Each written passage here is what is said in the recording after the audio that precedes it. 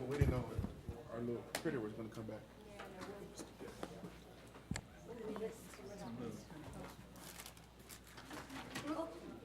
Trying to bring you down. It's got-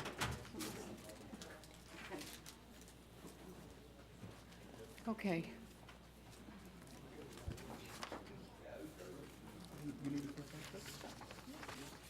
All right, we're going to, being 6 o'clock, we're going to call a meeting to order, and we will pledge of allegiance. Let me see, do we have any volunteers for the pledge?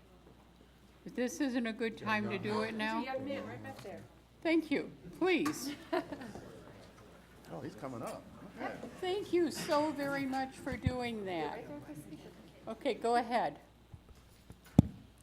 I pledge allegiance to the flag of the United States of America and to the republic for which it stands, one nation, under God, indivisible, with liberty and justice for all. Please remain standing. Shall we pray? Father, we thank you for this evening. We thank you for the men and women that have given their time and talent for the betterment of this great community that you've allowed us to reside in. Father, we appreciate what you've done and how you bless us, but we also pray for those that are hurting, that are going through turmoil and struggle, Father. We ask for your blessings upon their lives, their family lives, those that were lost and even injured. Father, we thank you for being such a kind and gracious God that you would continue to exhibit your love and your grace towards all men and women, our first responders, that come and give their life for us. Thank you for this meeting. That it'll be a beautiful blessing meeting, and that no attitudes will arise. In Jesus' name, amen. Amen. I pray. Oh, no. It's okay, it's okay, it's okay. Let me get up, I'm okay. Sorry, folks, I'm okay. I'm still a little weak. Thank you. Yes. Yes, it is. Thank you all. I appreciate it very much. Dave, do you want some Okay. headphones? Okay.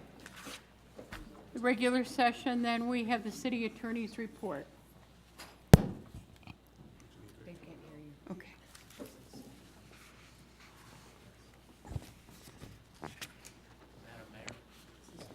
Madam Mayor, in closed session, City Council discussed 4 items that are described in the agenda. All 4 items, direction was given to staff and to the city attorney. No final actions were taken. Thank you. The next item is a Walk to School Week proclamation. All of us, let's join up at the podium so we can make that proclamation. I'm going to stay here. Thank you.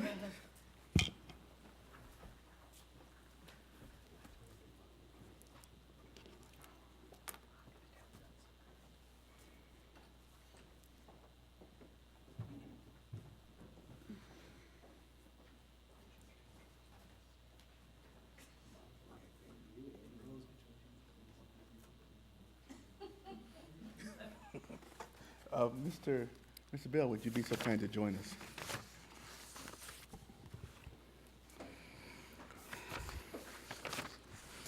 This is a proclamation for the International Walk to School Day. Whereas millions of school children in 40 different countries are celebrating International Walk to School Day this October by participating in activities for International Walk to School Day on Wednesday, October the 4th, which is today.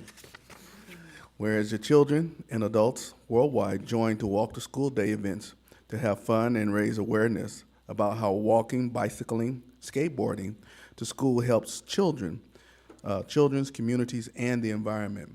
Whereas when children walk and bike to school, especially in walking school buses and bicycling trains, they have time to socialize with their parents and friends by outdoors and to get to know their neighborhoods. Whereas the city of Ridgecrest strives to be leaders in the Safe Routes to School program, which improve walkability, bikeability, and safety around the schools, which build physical activities into school children's daily routine. Driving students to school in private vehicles contribute to traffic congestion and serves pollution. When fewer cars are on the road, the entire community benefits, and children walking and biking routes to school are safer. Whereas parents and other community members can help build Ridgecrest's safe routes to school by identifying pedestrians' safety issues and advocating environment policies and personal changes to create a more walker-friendly neighborhood. Now, therefore, be it proclaimed that the City of Ridgecrest and the City Council hereby declare on October 4th, 2017 to be International Walk to School Day. And it's been signed by our lovely mayor and all of the council.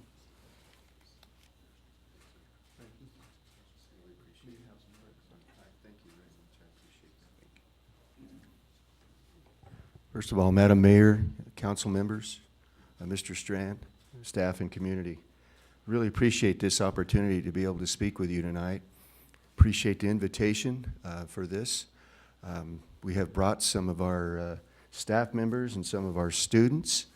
If you would like to stand and maybe come forward. I would like to have, two of our principals are here, Kirsty Smith from Murray Middle School, and then Mr. Michael Yancey from Richmond Elementary School. And they brought members of their student council, and I would like to have Mr. Yancey talk to you, just mention a little bit about the activity they planned for today, of which many of our community leaders on the base were able to join us, and it's really a very special thing. So, Mr. Yancey. Yes, thank you. This was a great opportunity to promote health and safety around our school. We had approximately 500 kids walk through our neighborhood. That's our entire school.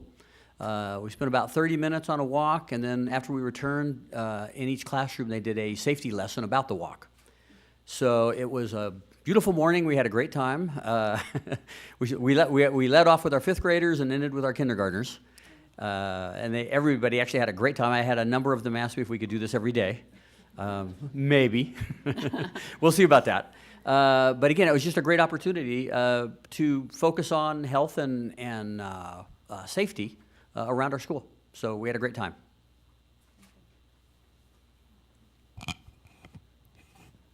Mr. Bell, can I ask a question? Would you introduce the young people you brought with you? I sure can. Thank you. Hello, my name is Arwen Kite, and I am their fifth grade teacher. We have our McKenna Friend, who is our vice president, Lily Kean, who is our treasurer, and Allison Conliff, who is our president. So, great job, girls.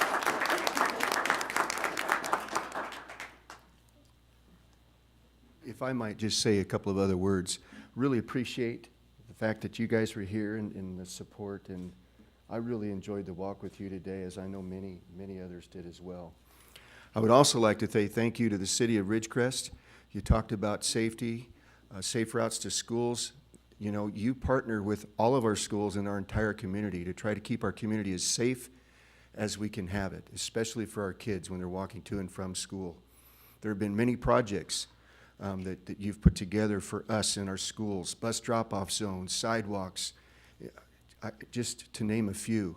And those are so critically important to help ensure the safety of our kids. And so we really appreciate, on behalf of our entire district and all of the schools in our valley, the leadership to make sure those kinds of things are happening, to take advantage of the grants when we can. And so again, we want to thank you for that partnership as well. We thank you. Wonderful. Thank you very much.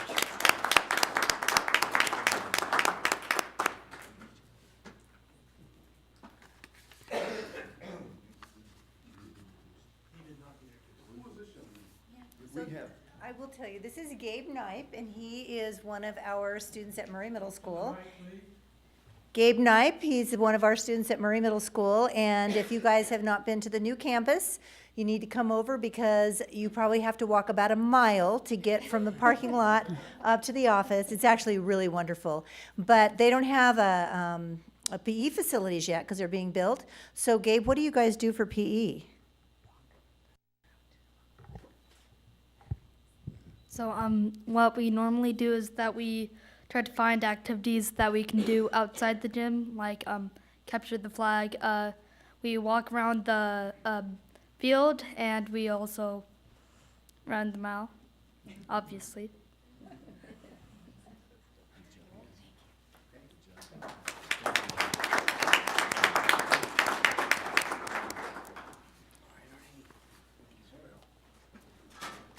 Gabe, thanks for leading us in the pledge, very much.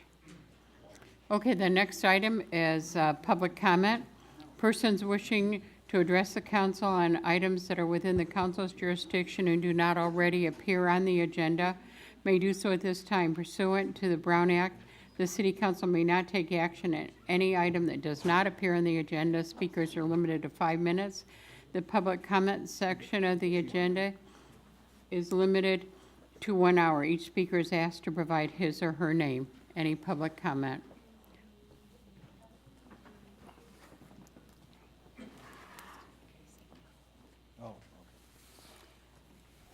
Mr. Yes, Matthews. Dave Matthews, my address, excuse me, my address is on file. I'd just like to say that I encourage walking to school. I did it all the time I was going to school. And of course, I wasn't in 100 and some degree heat at the beginning of school either when I did it. But it would alleviate some traffic jams around my house and my property twice a day during the week, which I would greatly appreciate. I talked this afternoon to a young lady who came here when she was 3 years old. I'm estimating she's about 75 right now. And she told me that she walked to school all the time, that she went in the Ridgecrest school area here. And I also learned a little bit more about some of the schools.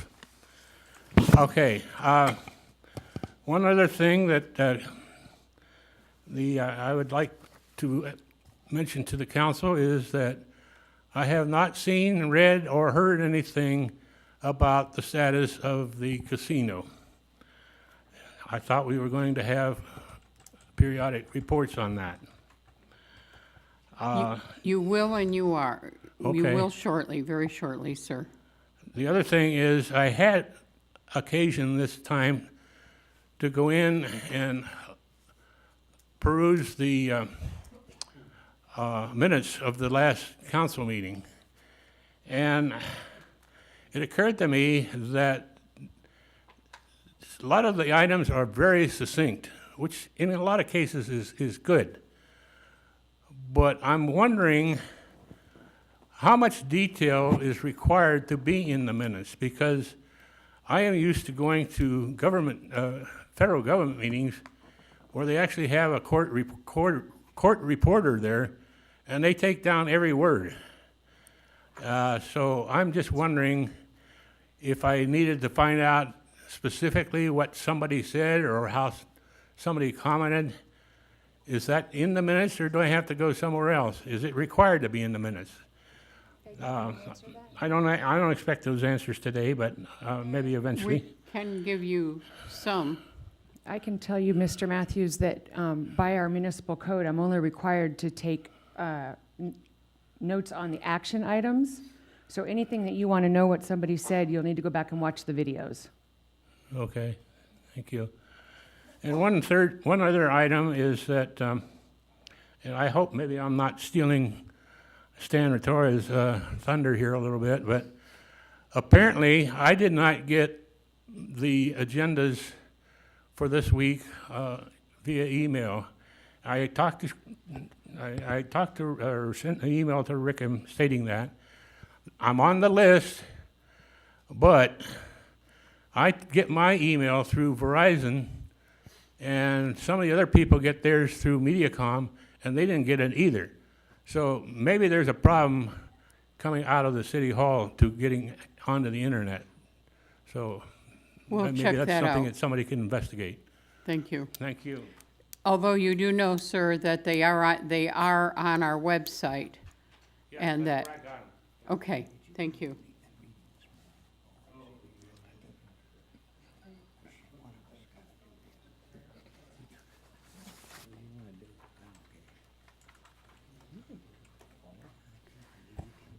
Good evening, Madam Mayor, Council. Sticking to the current subject of highest interest, just briefly, when I was a kid, whatever we're going to call it, in middle school, I believe I walked about 2.5 miles to school and back one day. But I do recall that one of the attractions was that there was an ice cream shop along the way.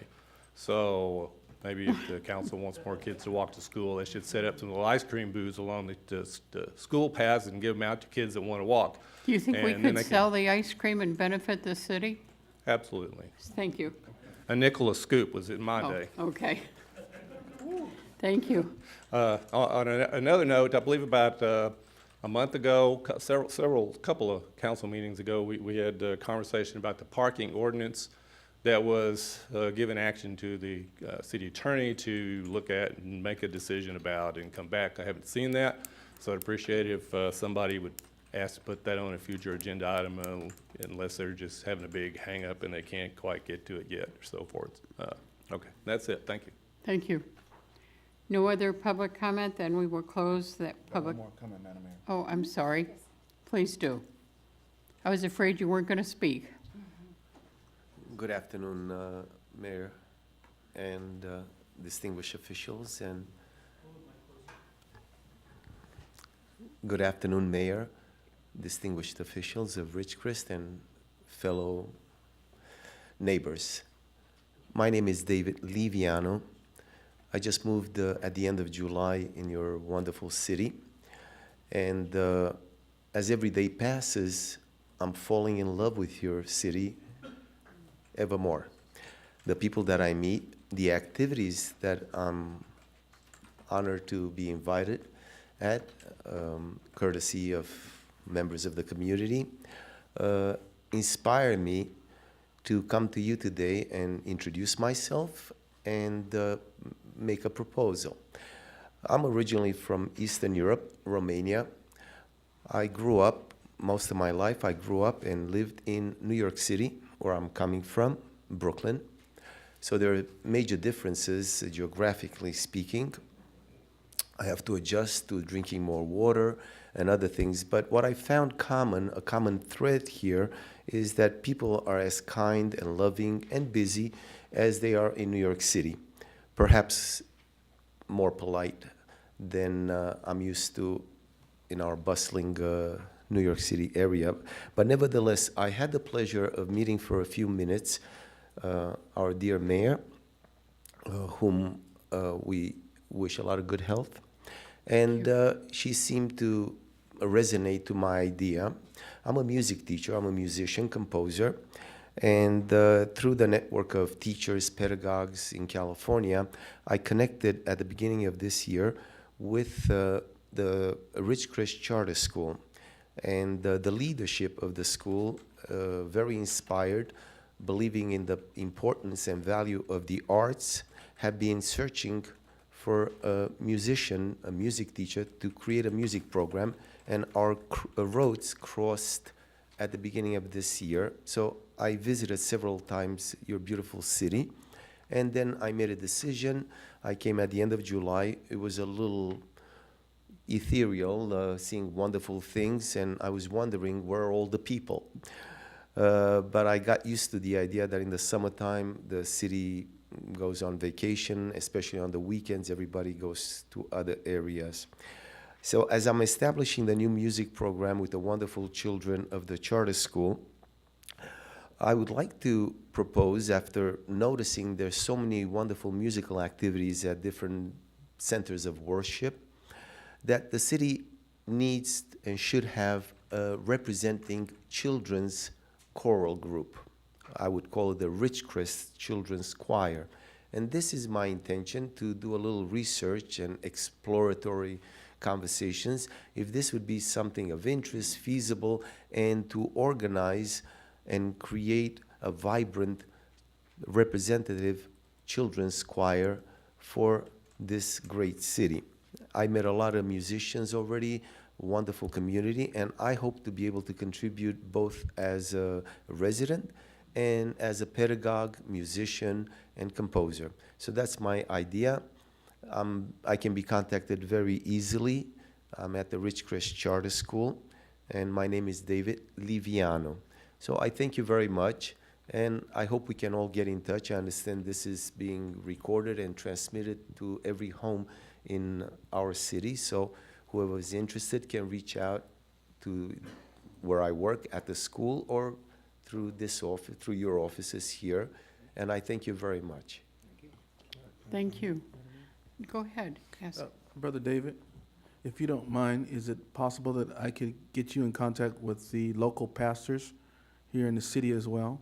And that way we Absolutely, could see yes. if we can My help my collaborate that phone together. number is very simple. It's 718, and I apologize I didn't bring enough business cards and all that. It's 718, and I still hold the New York code, 627-4049.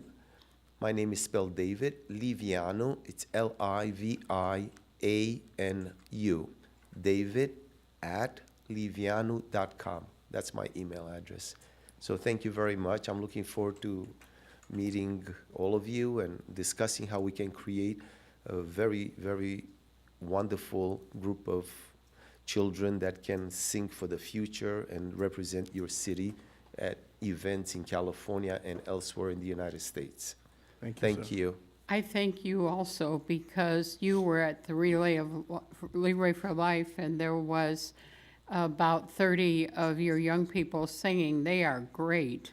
And to think to have even more, and I suggested that he talk to Chip Holloway from the fairgrounds, thinking that before the 4th of July event, wouldn't it be nice to have 150 kids up there singing Absolutely. for And- us and listening, as well as the bands and all the other music? So And you have a great, vibrant community. I was very fortunate to meet our wonderful friend Pat, who organized the parade, and I thank you. I see she's in our audience here. And why not bring everything to a head and create sort of the pinnacle of the wonderful musical events that happen here with the children that love to sing?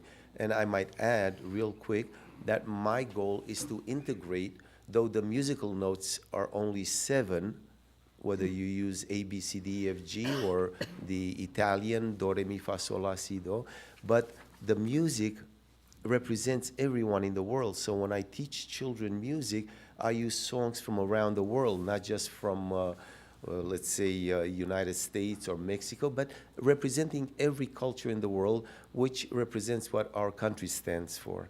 So thank you very much again. thank Looking you. forward to meeting all of you. I appreciate you coming. Thank you very much. All right. Any other, then we will go to council announcements. Does anybody have any announcements? I do. Go ahead. Oh, did you have one? No. No, okay. All right, I'm very excited to announce this Saturday, we will have the Upjohn Park reopening at 11 a.m. and it's gonna be a big celebration with hot dogs and popcorn. And then the following Saturday will be Pearson Park's reopening too. So we're gonna have a big ribbon cutting. Come out, if you have families, even if you don't, come out and have fun because the roller slide and the zip line are equipped to handle adults and small children, so. Thank you. Willis?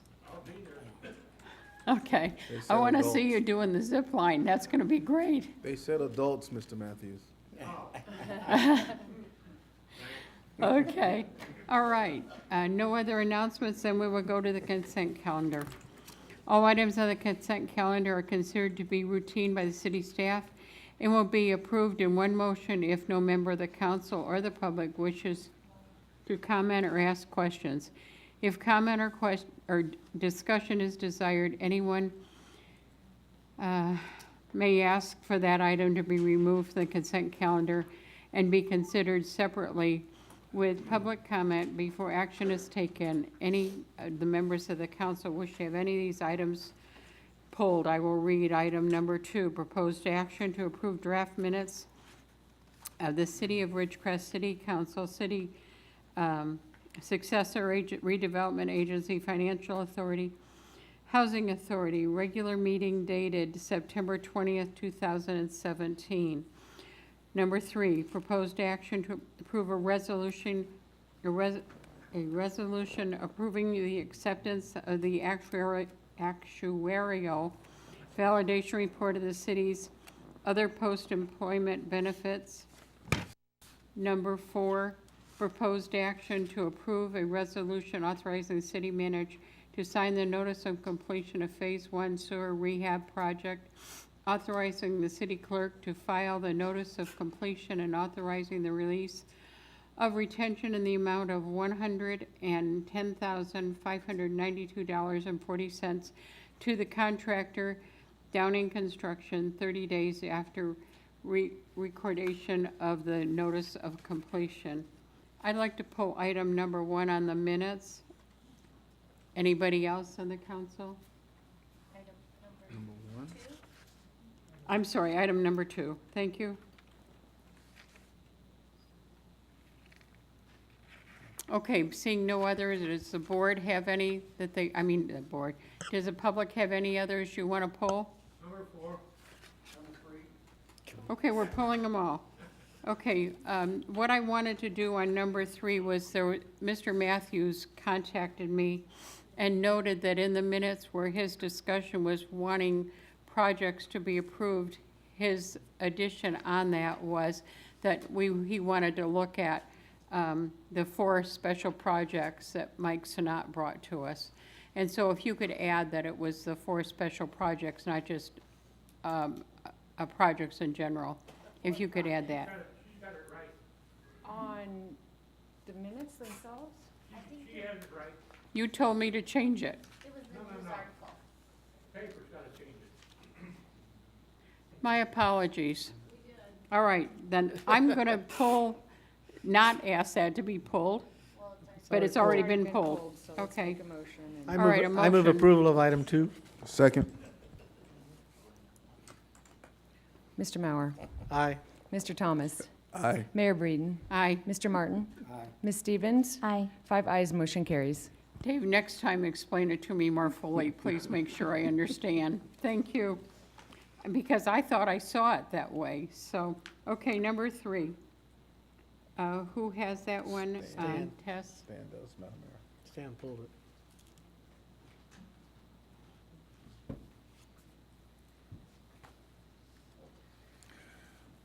Stan Rotora. I can remember 8 or 10 years ago, a fellow by the name of Jerry Taylor would speak occasionally as a council member about the CalPERS and the problems of CalPERS and the bow wave that's being created downstream. I don't know if, when I read this particular item, I wasn't absolutely sure whether or not this was all part of the CalPERS issues and problem or not. It looked like, quite frankly, a fairly minor item, but I am still concerned about CalPERS and what it's going to do to our city in 2 or 3 years, and I want to make sure that we're not overlooking, even though this in itself may not be a major issue, that we aren't overlooking what the city may be in for in 2, 3, or 4 years. Can you tell me how this actually lines up with the other issues of CalPERS? Is this related or not? This is not related with the CalPERS. The CalPERS one is the retirement. This is other for the medical, the retirees' medical premium that we're providing. So this is a separate issue. It's a separate issue than CalPERS itself? That's correct. Okay, thank you. You're welcome. Good evening, City Council. Every year, the city is required to do, and every 2 years, I'm sorry, the city is required to do a actuarial study, and we hired the Nyhard company to do this study for us, and Marilyn Jones, the consulting actuary, is he's here right now to explain the study. Okay, thank you. I got a comment, question. All right, let's ask your question, and then we'll have, Yeah. I didn't get a chance to go through this very thoroughly, but I did remember that there was something mentioned about retirees getting monthly payments directly from the city. Sounded like it was outside CalPERS. So is it really city only? What's the difference between those, if any? Tess, can you address that, please? Can you say that again? She would like for you to redirect Can your you- question again, Brother Matthews. I got the impression that there were some retirees that were getting direct payments from the city, not within CalPERS. That's Are they correct. different? Is that, That's correct. We have, there's some group, bargaining group, that if they are not covered through the city's medical insurance, and the retirees, they get cash out instead with the proof of insurance. okay, so they're not under CalPERS, in other If words? they are not CalPERS, if Okay. they don't get their insurance from CalPERS, but before we give them money, they have to provide that proof of insurance. Okay.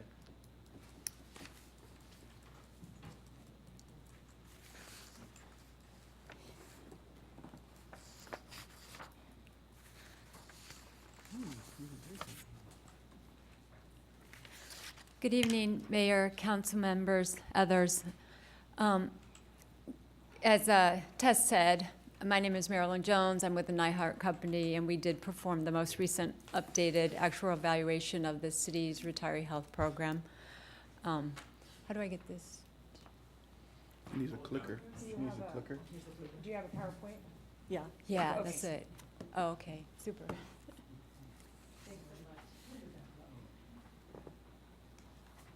Okay.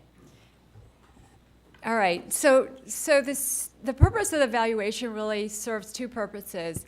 The city, many years ago, not all that many years ago, but sometime in 2008, 2009, there were new accounting standards requiring that all public entities accrue a liability, so put on their financial statement a debt that they have to make these payments to eligible retirees when they start receiving it. And at that same time, the city decided to fund for those benefits, so to set aside assets in a trust that earn interest, or were invested and earn interest. And so the valuation serves the purpose of providing recommended contributions to bring money into that trust so that the past service liability associated with those payments is funded for. The second purpose of the valuation is also then to meet the accounting requirements. And so in the past, the city was required to accrue a liability on its financial statement, but because it was putting contributions into a trust to offset that liability, the liability was really kept off of the city's financial statement because there were assets set aside for it. There are new accounting requirements that take effect with this upcoming fiscal year, so I will talk a little bit about them after we just go through the recommended contribution.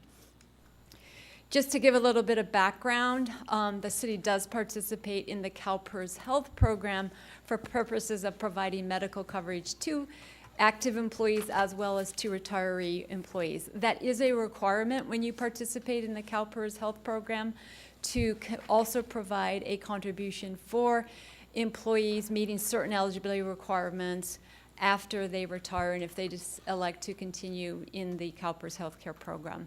And then as Tess just recently noted, there is a group of employees that can get reimbursement for coverages outside of the CalPERS health plan as well. Those dollar amounts are fixed at $250. The contributions through the CalPERS health program are currently $128, and they increase each year based on medical price inflation. So on average, that tends to be about 3 to 4% per year. So it's a relatively modest contribution when you think about how much healthcare actually costs on a monthly basis. Continuation at retirement is typically that the the employee does retire from the city, so they can't leave the city, go work somewhere else, and then come back and retire. And they also have to start their pension benefits. So those two criteria mean that mostly it's just when people actually are ending their working career and starting their pension benefits. In addition to that contribution, there is what is referred to as an implied subsidy that the city provides, and that's just when you provide access to non-Medicare retirees as well, along with your active employees, and the same premium is charged for that group. Then the premiums for the active employees are in essence subsidizing the premiums for the retirees because healthcare costs go up by age. And so typically, if you were to go out and get rates for retirees only, you'd have a higher premium than if you pooled them with your active group. So as this chart shows, if you look at that blue line that runs across it, that might be the premium that's being paid on behalf of a retiree, or the retiree's paying a good portion of that. The trending line, or the red line, basically reflects the expected cost. So if you look at the older ages where retirees will typically be at, the difference between that red line and the blue line is a subsidy. It's the amount that's being paid through higher active premiums. That is required to be included from an accounting perspective. So what we do in the valuation is every 2 years, as Tess said, the city is required to update valuations for purposes of complying with the accounting requirements. We collect new census information, what actual costs of the programs are, and then we're trying to determine what future contributions the city will be required to pay on behalf of not only its current retirees, but those people who might continue to work and receive a contribution at retirement. So then what we're really trying to do is come up with, well, how much in today's dollars would you need to fund those expected contributions? And then a portion of those contributions are considered to be already accrued. People have already worked, earned these benefits, or some of them will be earned in the future. So there's really past service liability for the amounts that have been accrued. There's the amounts that are accruing in the current period, and then there's those amounts that will accrue in the future as people continue to work and earn these benefits or the contributions. So if you look at it in terms of projecting out what we think the city contributions actually will be, this shows you broken out into the explicit, so that's that minimum required contribution, or the $250 per month. That reflects how much is expected to be paid out on behalf of the current retirees, and then adding new people into the pool as they become eligible and may retire from the city. And then the implicit rate subsidy, again, is that additional amount that's being paid through higher active premiums. And so over all future years for the current population of active employees and retirees, we would expect the total contributions to be roughly $12.7 million. And so if you kind of look at it in terms of kind of how it relates in terms of liability, if we were to have money set aside to pay out those contributions, assuming an interest rate which was 7%, then we would need $2,269,000 in a trust earning that money to pay those contributions. The portion of that that's been earned, so the employees have already worked and earned service credit, is $1,733,000. So of that, the city has put aside $840,000 in a trust. So the unfunded amount is that $893,000. The rest of it, the $477,000, will be earned by employees in the future year, so it doesn't need to have any contribution set aside at this point. And the $59,000 is the amount that needs to be set aside because it's being earned in the upcoming future year. So if you look at what the recommended contribution is, it's that $59,000, plus we're spreading out the past service liability, so that unfunded amount of $893,000 over 20 years. So picking up a piece of that over 20 years. And so those contribution amounts for the next 2 fiscal periods covering that the valuation covers is the $147,000 for 2017-18 and the $149,000 for 2018 and 19. Just as a reminder, this is the city's decision to fund and set aside assets so that those liabilities are covered for kind of as somebody works. There is actually no requirement to fund per se. There is a requirement, though, to include the liability if you don't fund or if you don't have sufficient funds. So prior to new accounting standards, the city was required to basically pick up some of that past service liability, just like we're doing with the contribution. So a piece of it every 20 years and put it on the financial statement. So as you funded that piece, you didn't bring anything onto your financial statement.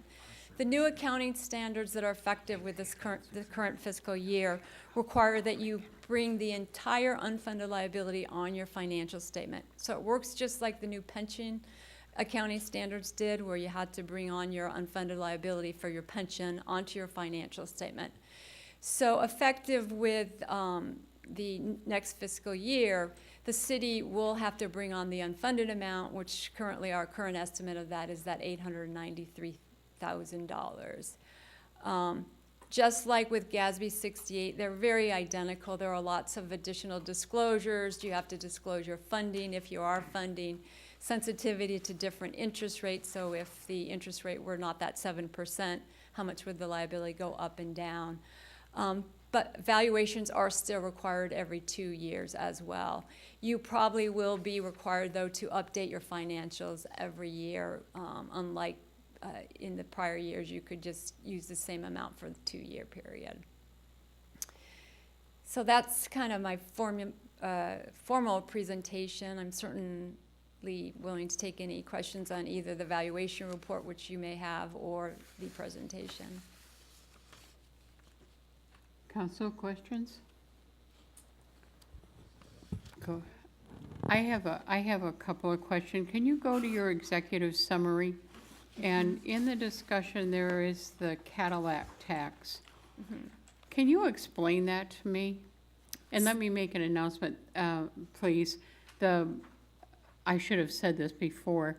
The website our server is down, and so this is not being televised right now. We've got some emails, people asking. And so if you were expecting to see it a little later, you're not going to, so take good notes now. And as soon as it's up, I think they'll let us know, okay, guys?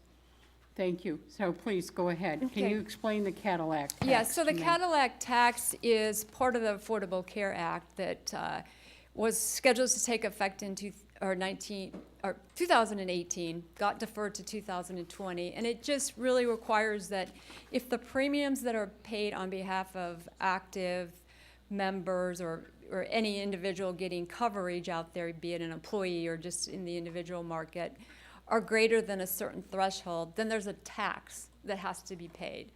It's unclear yet where that tax will land. You know, could be passed through to the individual, could be paid by the insurance company, but there is a tax that's looming out there that could be applicable to high cost or high premium healthcare programs.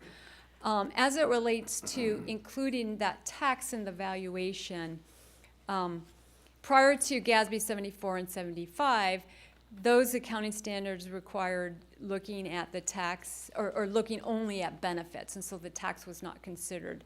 The new accounting standards do require that if you think a tax will be paid, to include that as an additional liability.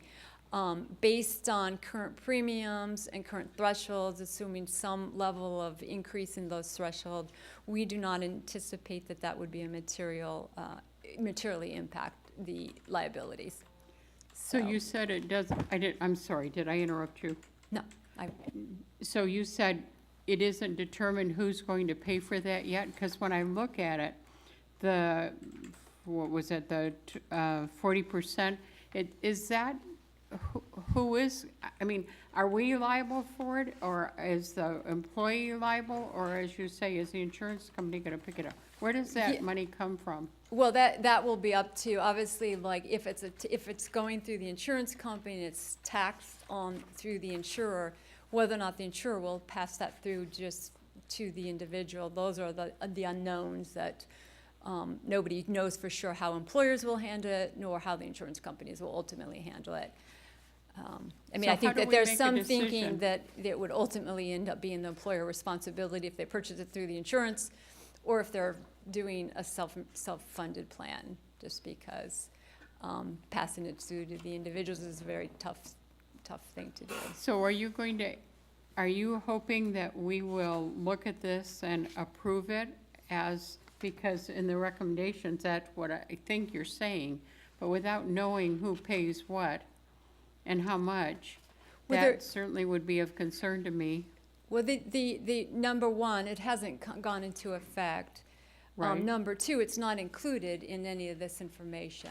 Okay. So, it's yeah, just so part of that's, your- yeah. Because I didn't see any of your numbers that showed any of that other than in the summary. Right, yep. Yeah, Okay, because it's not then included, yeah. Okay.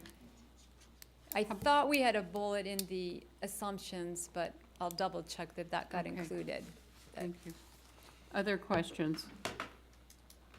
Council?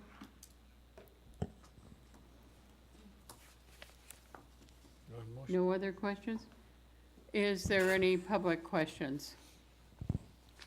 Wow, okay, then I guess. I'll move approval. Second. Mr. Mauer? Aye. Mr. Thomas? Aye. Mayor Breeden? Aye. Mr. Martin? Aye. Ms. Stevens? Aye. 5 ayes, motion carries. Boy, that was an easy one. Okay. Sir. Mr. Yes, Spear. Dave Matthews here. I thought I recalled seeing either this or a similar closeout on that West Church Street sewer project and whatnot. And- It was a pulled item. It was on Oh, the it agenda and was it got pulled. pulled. Yeah. Okay, that's why I saw it. Okay, thank you. So is there any other public comment or council comment on this item? Okay, motion? So moved. Second. Mr. Mauer? Aye. Mr. Thomas? Aye. Mayor Breeden? Aye. Mr. Martin? Aye. Ms. Stevens? Aye. 5 ayes, motion carries. Thank you, Mr. Spear. That was another, wow, you guys are really giving it to us easily tonight. Okay, number 5. Discussion and to provide direction to the city's representative on the GSA. This item is not applicable today because our meeting is not until the third Thursday, and we don't have an agenda from the county yet, so we are not going to address this item, and we'll do so at our next council meeting. Okay, number 6.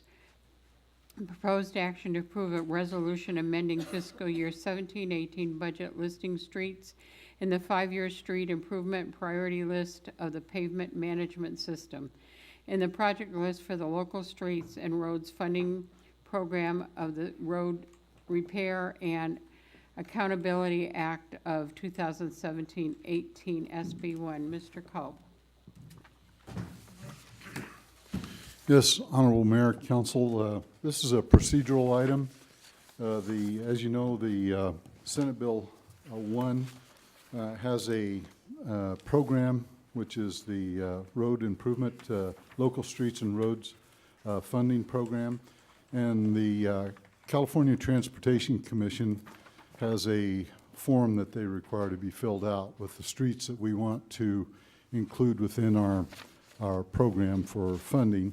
And as a part of that, they have requirements that, number one, the council approve or amend the budget showing these streets in the amended budget.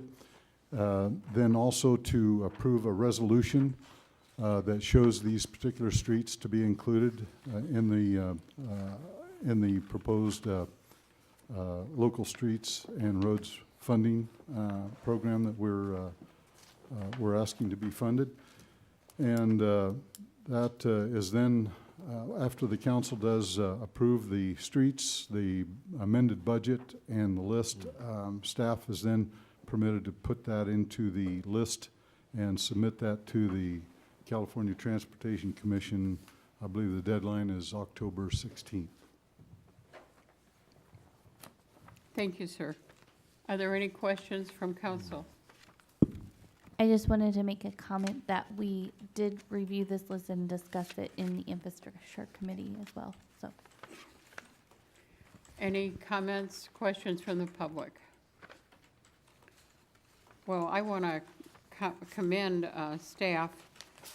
I think there was a listing of 22, but we took number 9, I think, or 10 out. And so there's 21 streets that are going to have significant work on. I thank you for your diligence, and I can't wait to have the public see the effects of all that hard work and dollars spent. So, motion? I so move. Second. Mr. Mauer. Aye. Mr. Thomas. Aye. Mayor Braden. Aye. Mr. Martin. Aye. Ms. Stevens. Aye. 5 ayes, motion carries. Okay, number 7, discussion and proposed action to approve a resolution for the approval of budget adjustments and interfund transfers for fiscal year 2016-17. Mrs. Solon.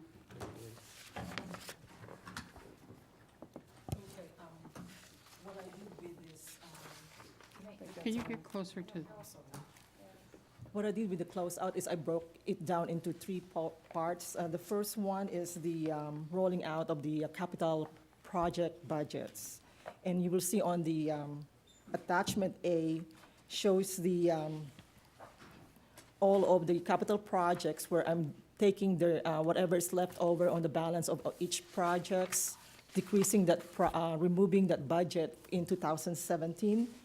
And that's all of those projects are on the attachment A. On attachment B is when I roll it into the new fiscal year, which is 2018. As you can see, that all of the it's basically the reverse of the attachment A. Increasing, putting those budget of the capital projects into the current fiscal year. That's the first part of the my closeout. And the second one is the rolling over of all the open purchase orders. On attachment C, I have the list of all the open purchase orders. And on the second page of it, gives you the total of it by fund. And on the second attachment, attachment D, gives you, when I roll over these POs, I need the budget that comes with it. So on attachment D, it shows that I'm decreasing the corresponding budget for all of these POs in fiscal year 2017. That shows on the second to the last column of that attachment. And on the second one is increasing the budget in FY18 for all of those line items. And on the second page of the attachment D will give you the basically the decrease in FY17 by fund of the budget, and on FY 2018 also the increase by fund budget-wise. And the last one is in attachment E, shows all the year-end transfers that I'm proposing to create. And the first 3 basically are routine, and the last 3, those are truly my adjusting entries, are some of the interfund transfers I'm proposing, and the second part of the attachment E is the budget adjustments corresponding to the last 3 items of the adjustments. And attachment F, basically just a summary of all of those budget adjustments and year-end transfers.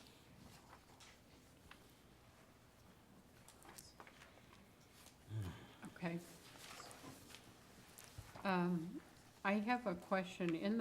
In the item, as to batch 2597, you talked about the street fund budget for fiscal year 16-17 was adopted and approved appropriations exceeded the revenue by $258,852, and no appropriation was made to cover the deficit.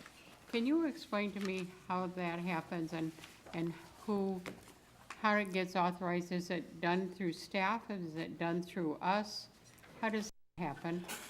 Unfortunately, when this budget was approved, I wasn't part of the budget group. I knew But that. but this is what I found in our budget documents, that it was approved this way, wherein there's actually a deficit. Okay. I know I'm not trying to hold you responsible. I'm just asking, is that a normal process? How do we have a deficit but no approach was made to cover that 259,000? I'm trying to understand the mechanics of it as well as the implications thereof. Well, it should be a balanced budget, but I have no idea how this thing got passed. Okay. I really don't have any explanation, I'm Okay. sorry. I know there's going to be some other discussion, but that was one item I was kind of surprised to see, and I thank you for pointing it out to us, because that meant to me that you were truly trying to explain why some of these things didn't look as perfect as they ought to. So I appreciate that. I just couldn't understand how it happens. Is there other council comment?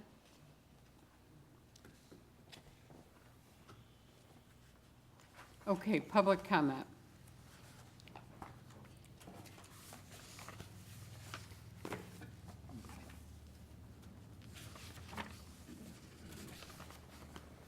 Stan Matura. I am here this evening to present 3 requests regarding the reconciliation of the FY17 budget. One of those requests will require an amendment to the proposed resolution, and that first request is that the council increase the transferred funds to the gas tax in the amount of $600,000. And I'll get into some details on why I believe that is reasonable in just a minute. The second request is for the council to level fund the police with Measure L funds unless the increase is needed to keep police whole. That is, it's my understanding that the Measure L, Measure V is really for roads, with the exception that we will keep the police whole. That is, if there is ever an occasion where we would not fully fund the police, the money would be taken out of the Measure L funds first with that priority, and fund the police to make sure that there were no officers lost and the police budget was kept whole in general.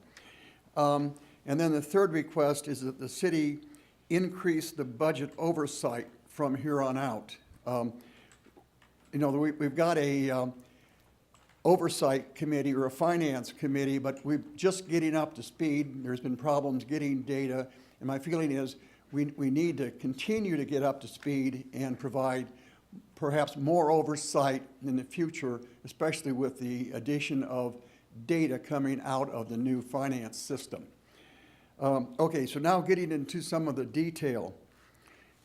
We adopted the general fund budget with the understanding that we actually had a budget that was in the red, $909,000. We ended up, however, in the black with $620,000. The initial deficit when we passed the budget was caused by one-time costs that were raised, and we agreed that we would actually take that out of the reserve because we now have a significant cash reserve.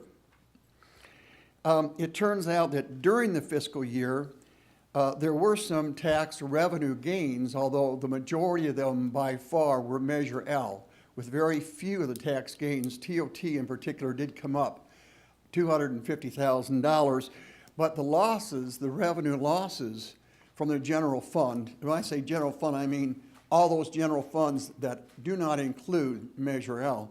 There were several losses in the general fund revenue to actually overcome the $250K increase, and we were actually down in total in terms of the increase, but those were all Measure L increases. So in any event, when we end up at $620K in the good when we started with 909 in the bad, one has to wonder where those additional revenue dollars came from, because they didn't come from general fund revenue. Going on, and of course, my feeling is that it came out of the Measure L funding. That's the only other source we had. If we look at the FY17 data, the council appropriated $7.44 million for police and public works. $5.3 million was from the general fund and $2.1 was from Measure L. Now, even though we appropriated 7.4, the city only spent 6.6 for the combination of police and public works. So there was a total savings to the city of $807,000. So then a question becomes, hopefully you're all thinking, where did that money go back to? The general fund or Measure L? Well, it turns out that the general fund saved $979K and Measure L lost $172. And that's just totally inappropriate. If there was savings, it shouldn't all come back to the general fund. If you look at it another way, the total between Measure L and the general fund has to add up to the total spent. For every dollar that the general fund saved, Measure L spent an extra dollar. So what really happened is the general fund saved $979,000 and the Measure L lost $979,000. If we compare FY17 with FY15, the one thing to note right offhand is that the police expense is down $400K.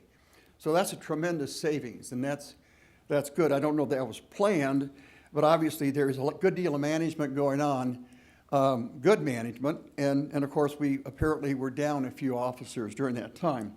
However, if you look at how that was spread out in terms of funding, the general fund spending on police between those 2 years, the general fund spending is down $1.22 million.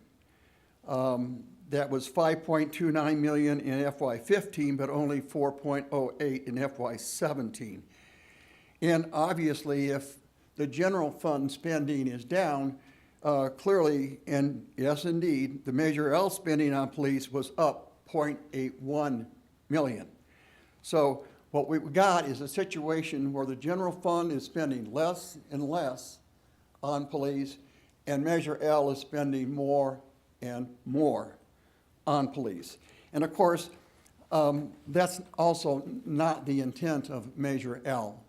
And that is why my suggestion to level fund the police with Measure L funding, unless and until we know that we need to fund the police so that they are fully funded, because obviously that was one of the key issues of the whole initiative, is to fully fund the police.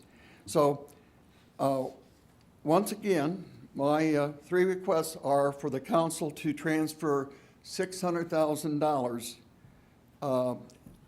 to the gas tax fund, and quite frankly, that's a minimal amount, considering if you actually go back to look at all of the monies that probably weren't used appropriately or inconsistent with what I believe the initiative that we passed actually was for.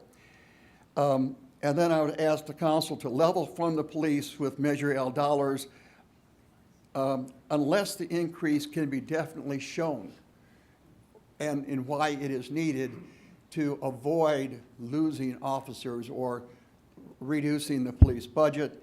And third, would like to see that the city increase the oversight at this point and from now on. And I think that will happen when we get the system up going and we can get the data out so that we can actually look at it. That'll all be helpful. But I think it's the council's responsibility to set the budget, and as well as to execute and follow the budget and make sure that it's being spent in the correct manner. Any questions? I think most of you got this data already, so I didn't want to belabor it too much. Let me ask a couple of questions. One, Tess, can you tell us where we are in getting our our year-old budget system up so it can be used and it can be accessed and understood more fully than what we have now? The New World portion, the financial management portion, the community development is already running, and the financial management is also running. The HR and payroll are still not running. And to be able to, for you guys to get in there and get some information, that part is also still not running. But most of the reports that for like budget and financial reporting are all running. The only thing that's missing is the comparative for this year. We will not have the comparative information, but starting next year, we should have the prior year numbers. Okay, I would urge if there's anything, I know we can't do anything to help you, but I would certainly hope that we could get that out so we could understand it more fully. I'm not a financial genius, but I can know more money coming in and less money going out is what you want to do. But if we can't even see that as well as we should, it makes it difficult to answer some of those questions, like the 600,000 Stan is talking about that he says could be even more, but he's trying to be compromised. Is that a fair word?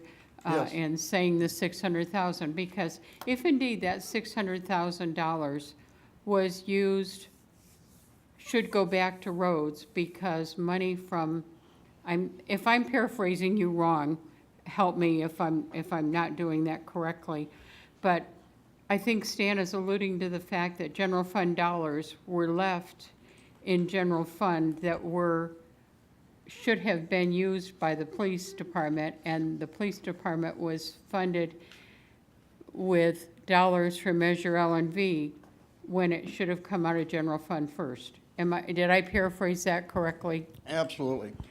Okay, can you help me understand that and explain, and Chief, if I hear you down there? I think if I understand what Mr. Retora is referring to, the police department was $600,000 under budget. And there was a variety of reasons why we were under budget. Not all those dollars are general fund dollars. Some of those are specified funds, 172, Prop 30. So not all that 600,000 is true general fund dollars. But Mr. Retora is stating that any dollar that is not spent by the police department should then be reconciled and reallocated to the gas tax fund, is what he's saying. So any dollar that the PD saves should go to the gas tax fund, because the assumption would then be that if we didn't spend it, it would have gone to the gas tax fund. And that's pretty much, I believe, your premise here is you don't want to reduce the PD's budget. You just want to say any money that's saving the PD budget should then be reconciled. No, I don't want to reduce the budget. Right. We're past the budget period. Right. We're now reconciling the budget. We know how much money the police spent, and we know that there was money appropriated for the police, and that money wasn't spent, which is what the mayor just said. And because that money wasn't spent, it then became part of the general fund, and the money from the Measure L was spent. Money that was appropriated for that particular purpose to be spent wasn't spent.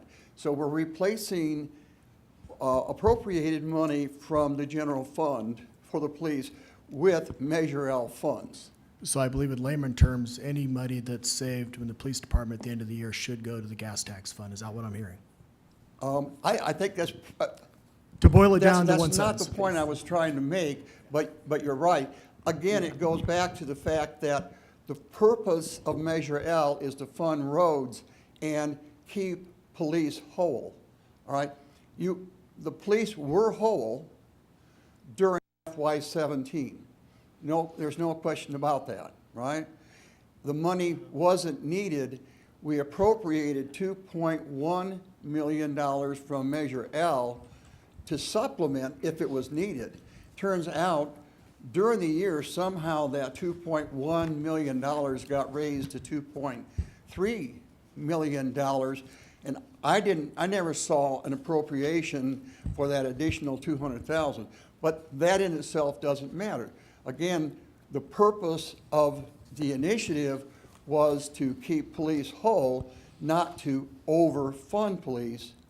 The police got every dollar they wanted to use or could use, and so therefore, funding for police this next year comes out of next year's budget or this year's budget, all right? The police didn't need the money, but the Measure L funds were spent anyway, and that's inappropriate. Can I either of you appreciate address your- that? And by the way, there was also like $750K of money coming in during the year that were never appropriated for anything of Measure L. And what was that for? There was, well, we only budgeted like $2.7 million for Measure L and V. It turns out that they actually came in over $750,000 over, and that money wasn't appropriated. So there's a lot of Measure L money floating around, and my feeling is more of that money should be going to the roads. That $700-something thousand that he's talking about, you guys already approved it to be allocated for the Downs project in one of the city council meeting, Right. I believe. I wanted to make sure we got that out, so they didn't Right, know so it didn't go that- to the police right. department. So the Well, $750K went to the roads? Went to. To, yeah, the Downs project, the other side of it. That's the local match of the city for that grant. You can't tell that from the budget. I mean, all I've got is the data that you gave us at the budget meetings, and there was only like $650,000 transferred to the gas tax fund. Right, because I don't transfer them until it happens. I don't transfer the money into the gas tax fund until the expenditure is spent by that project. And, Because and I don't, those printouts that you gave us, that was before, a time period before we approved the allocation to, I believe. right. Yeah, but what it does is it makes it impossible to follow or track where any of the money is going. And so, are you expecting then in the near future to have a transfer of $750,000 from the general fund into Into the a gas capital tax projects, fund? that's correct. Okay, and when do we expect that to happen? When that project is created. Because right now, I think it's in the design phase. I'm not sure about on that portion, but I know that when I produced that report for the Measure L, I gave it to Heather. I put down a note at the bottom that there was that portion, that unencumbered, the leftover for the Measure L is already been allocated for that project. Okay, and see, the thing is, what gets confused is how much money from FY17 gets transferred into the gas tax fund, and then how much of the FY18 money gets transferred into the gas tax fund. If you don't do it during FY17, which is that fiscal year, then it's just almost impossible to figure out what money is going where. Well, right now, that money is sitting in the general fund. That's why we have a cash reserve right now, almost $4 million. It's sitting in there. So when they created the project and they start spending money on it, and that's when I do my reconciliation and I transfer that money into the capital projects fund. Okay. But it's still earmarked. Now, I would assume that fund, the Measure L and Measure B messy, but funding. I will track it and watch for that, because if indeed the money that is transferred in is FY17 funds and not FY18 funds, then I'm good to go, and I appreciate the information. Yeah, Stan, I'd recommend that any reconciliation of cash balances that are discovered at the end of the year, we can use those funds in budgetary determination for FY19. Those can be considered. Explain that, say that again. Well, I didn't if you catch have a that. cash balance from, let's say, FY8 or FY17 or FY18, you have a cash balance going into the budget. You'll know what that Okay. cash balance is. We should have a certain percentage that we hold back for emergencies. Anything above that can be then reallocated by city council. There will hopefully be a time when we have more revenue than expenditure, so if the city elects to add a position, add something else, then we have that money there to be able to utilize. Well- But to reconcile it now would then take the council's ability, or even the finance committee's ability, to utilize those funds that are above what their reserve or their cash balance should be for next year. If that makes sense.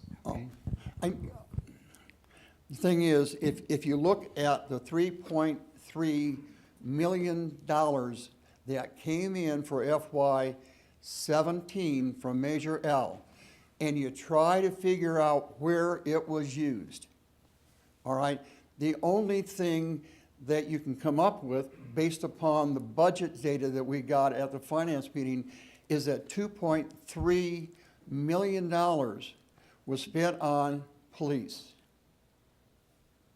All right? And that means there's only, of the 3.3, only $1 million left.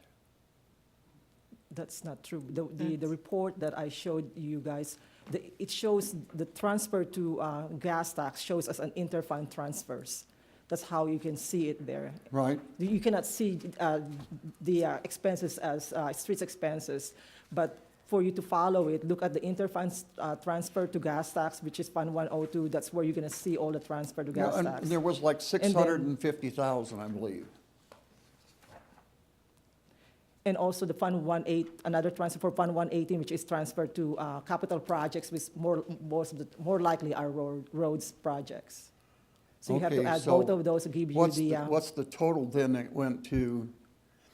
I still go back to the fact that $2.3 million got spent on police, and more than what was appropriated was spent on police, and less than was appropriated from the general fund was spent on police.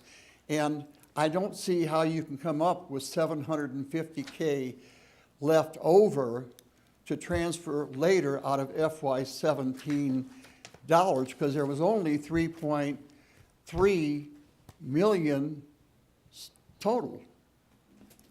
See what I'm But you had saying? some carryover. Yeah, That's where the carryover went I'll in. give you my latest report on the Measure L. Okay. I don't have Yeah, it no. with me right now. Now, the but- budget data that I had was only FY17. It didn't have anything to do with any carryover. That's why we don't want to confuse FY16 with FY17 and FY18. The budget numbers that we were given were strictly FY17. And that was a total of $3.3 million. And there was 2.3 spent on police when there was money left over that was already appropriated for police that wasn't spent. But nonetheless, if there was 650 transferred out, that didn't leave 750 for downs. You see what I'm saying? I understand what you're saying, but like I said, on that report I created, I'm putting on, it shows in there that whatever is left, and there's already been encumbered for that Downs project. I'll give you that report so you can see, and that has a carryover from FY16 into FY17 numbers. Okay. Yeah, I'd appreciate getting that data. Okay. Because the way the reports come out, they're not clear. And we really need to have better data. And that's been the problem all along, is getting not just data, but the right data. If I could just add one thing here. Tess, along the way, when Ty was here, we'd have to go back and look at the tapes, and I don't remember the exact meeting, but At one point, I was very frustrated, and I made comments, and perhaps I shouldn't directly with staff, and now you're doing terrific and taking over where he left off, and you're doing wonderful, so I don't, it's not a matter of putting you on the spot with anything. But the point that I had made with Ty when he was sitting here is that I was very frustrated in the fact that we spent this amount of money for this very fancy software system. And I asked Ty the question at the time, how long do the vendors who sell you this software tell you it shouldn't take the average city to be up and running and so forth and so on? And the answer was 3 to 4 months, and that they provide full assistance, and they would send people and take consult over the phone and bring someone up when you spend that amount of money. And so I was just begging the question at that time, when we had like 5 people in finance and 2 or 3 in the IT department, how come we were, 8 months or whatever it was, now what, we're a year? When did we first get that software? It's about a year now. It's a year now. So we've gone from the 4 months, kind of promised by the vendor, then it's 8 months, and now it's 12 months.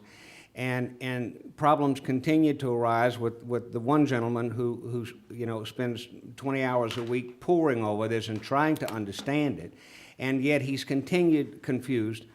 Apparently, it's still not clear. It's still not super simple. It's still not very clarified, right?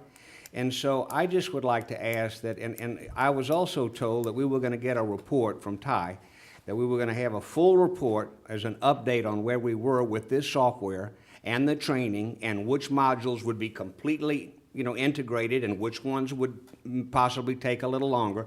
I have not witnessed any such report, and I'd like to challenge the staff to please, let's get together and y'all give us a full PowerPoint presentation somehow where we are on this thing, and let's put forth a full steam effort. Call the vendor up and say, send people here. We need the HR guy here to teach us that module. We need this to teach us this module. And I think we need, because if this gentleman who's a doctor and very knowledgeable in the finances, if he can't get basic numbers, I surely can't, because I'm not a number guy, and the only one of possibly, Mike, because he was a bank executive. But we need to be able, these numbers, we all have to be able to understand, and they all have to be at our fingertips. So I'd like to challenge, Ron, if you could do that. Well, the financial data is there. We are providing Stan a lot of information. It's just a matter of what Stan wants we're trying to figure out. The financial data system is up and running. Correct, we do not have a whole lot of history because that history costs a lot to import. So we have imported a couple of years, so we don't have all the historical data. And it is correct that the payroll system is not up. We are actively working on that. There's some bugs in the system. But that still does not stop us providing Stan data, and we've provided Stan a lot of data because I've gotten about 30 questions on the data we gave him. So it's just a matter of whether or not It's getting better. It's a matter of whether or not he can understand the data. Incrementally, we're getting more information all the time, but we also, it's not just a matter of getting lots of data. It's also a matter of getting the right data in a timely manner, and that's where we need to get to. I do know we're addressing this in the Finance Committee, and we are, like I said, providing the Finance Committee the data. And It is getting better, so it's not being portrayed, it's being portrayed here that the system is broke. The system's not broke. We just have to figure out how Stan wants the data and what format that it needs to be in so we can all understand it. I think it's not just what Stan needs, it's what the council needs to understand what is going on in the budget, and that's really all we need. Correct. We're working on educating the Finance Committee on the questions that they have about the budget, and I do believe we're providing whatever information that they want. And I look forward to getting the data that you say that you have, because I don't think I've seen what you're talking about. Well, I maybe have, but provide it to me and I'll look it over. Okay.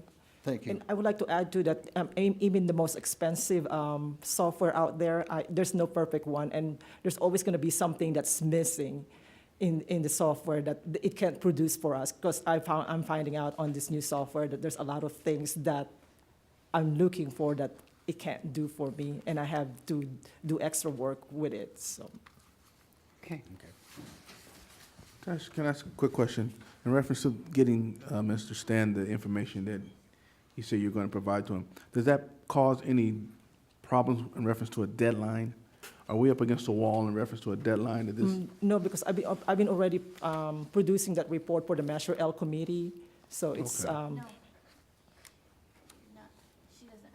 Oh, Well, I'm sorry. we typically have had to approve things kind of on the fly, on the deadline, by waiting additional 2 weeks or however long it's going to take for you to give Stan that information.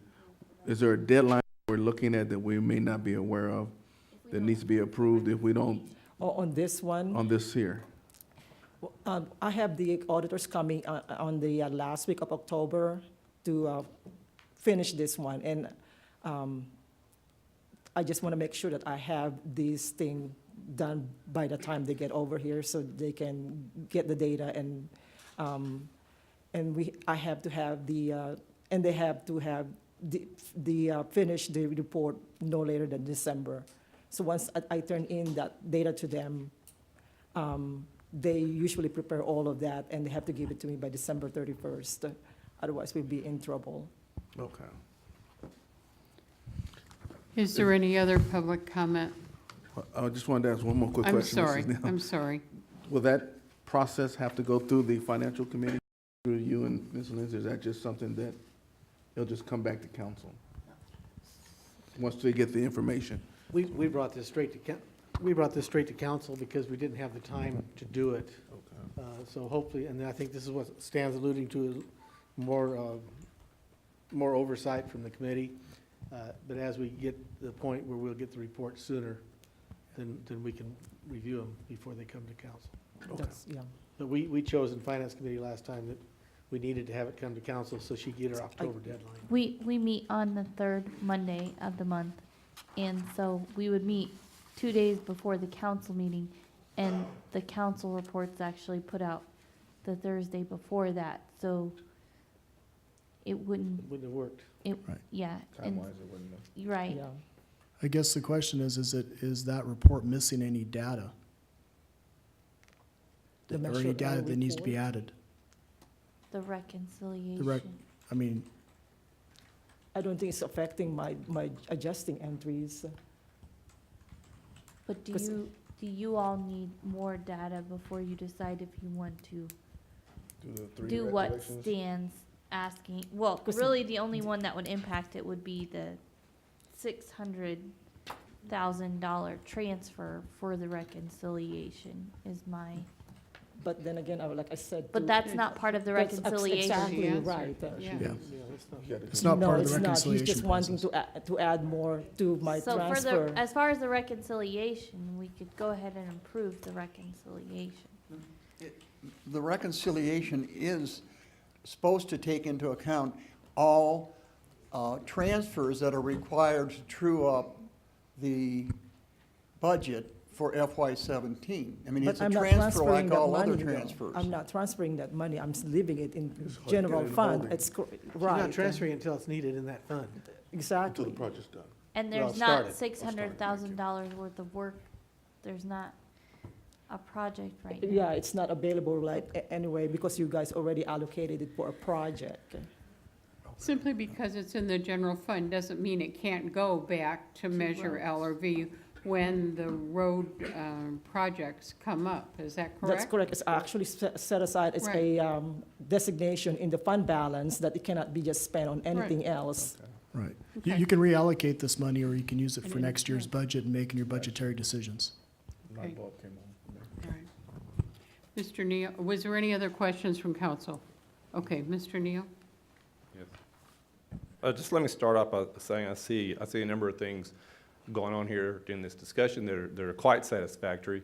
I see that the council is willing to take a considerable amount of time, both to listen in private and public to one of its concerned citizens.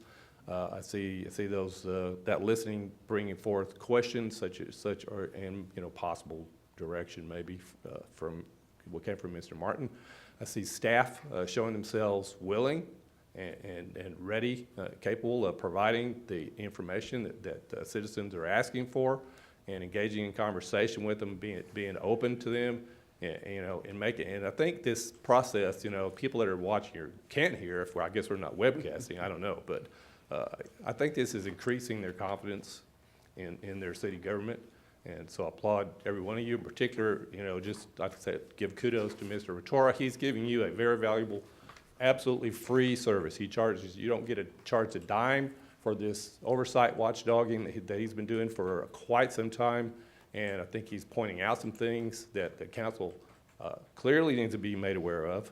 And I think you're getting the point, and the citizens are going to benefit per se of getting more of the roads fixed, hopefully, in this whole process.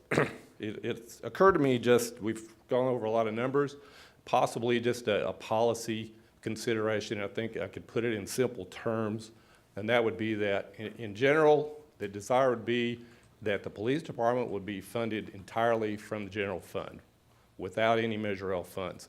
Whatever they get in any particular year, if they come in underspending, but they've been completely, totally allocated between general fund and Measure L funds, that amount of money should go to roads. The Measure L is only supposed to be for those two things and those two things only.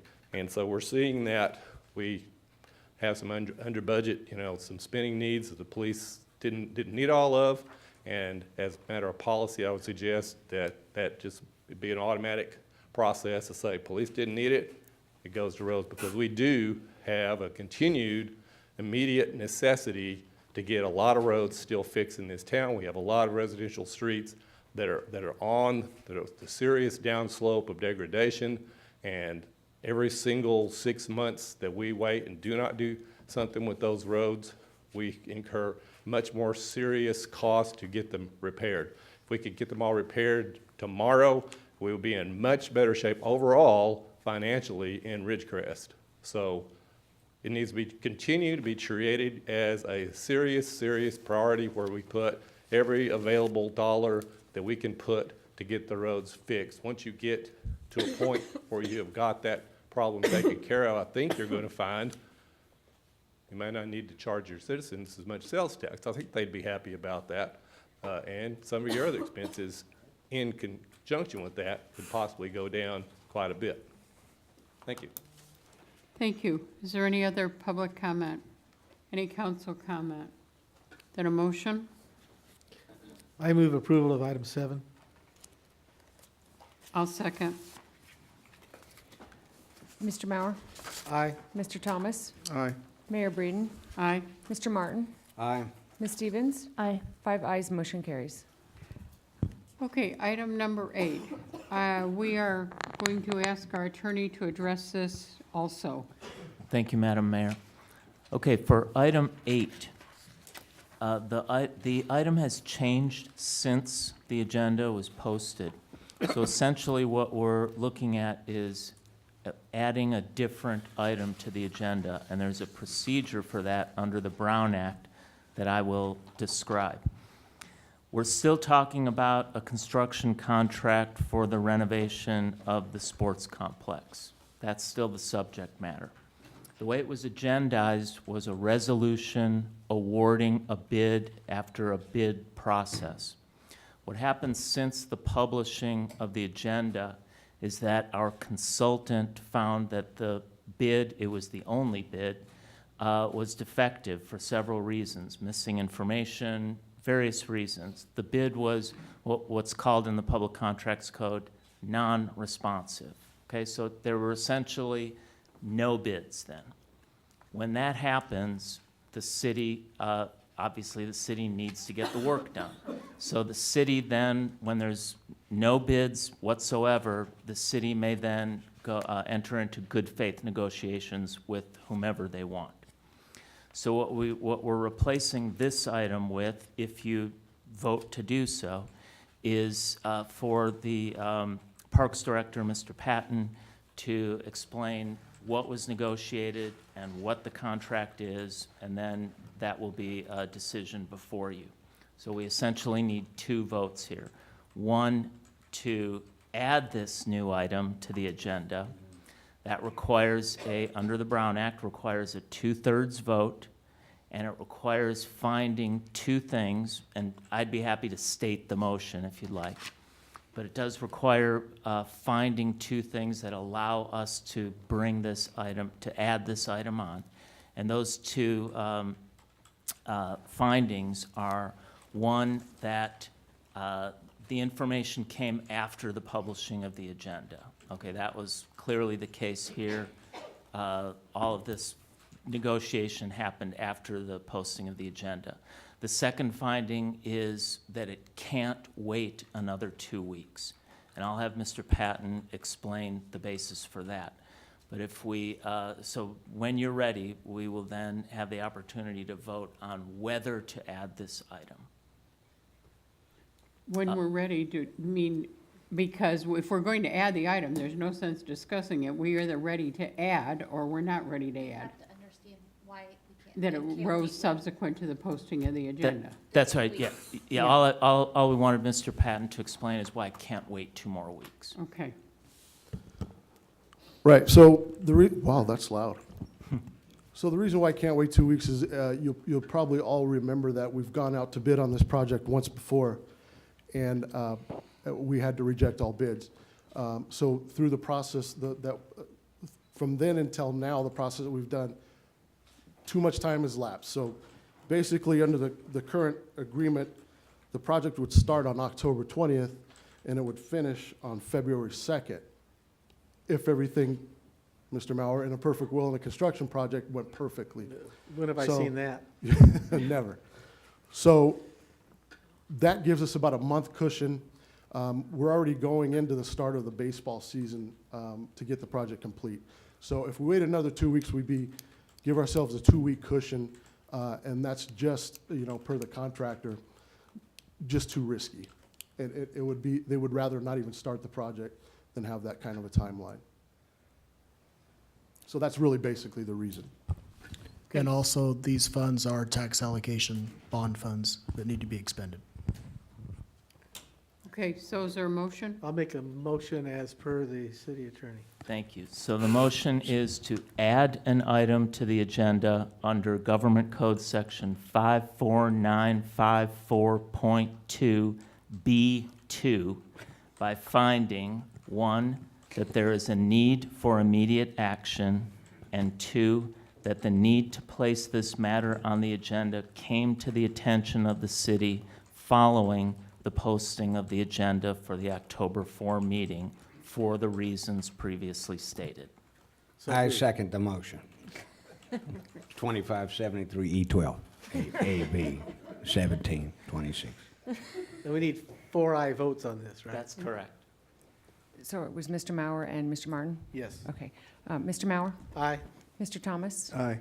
Mayor Breeden? Aye. Mr. Martin? Aye. Ms. Stevens? Aye. 5 ayes, motion I think carries. we got 4.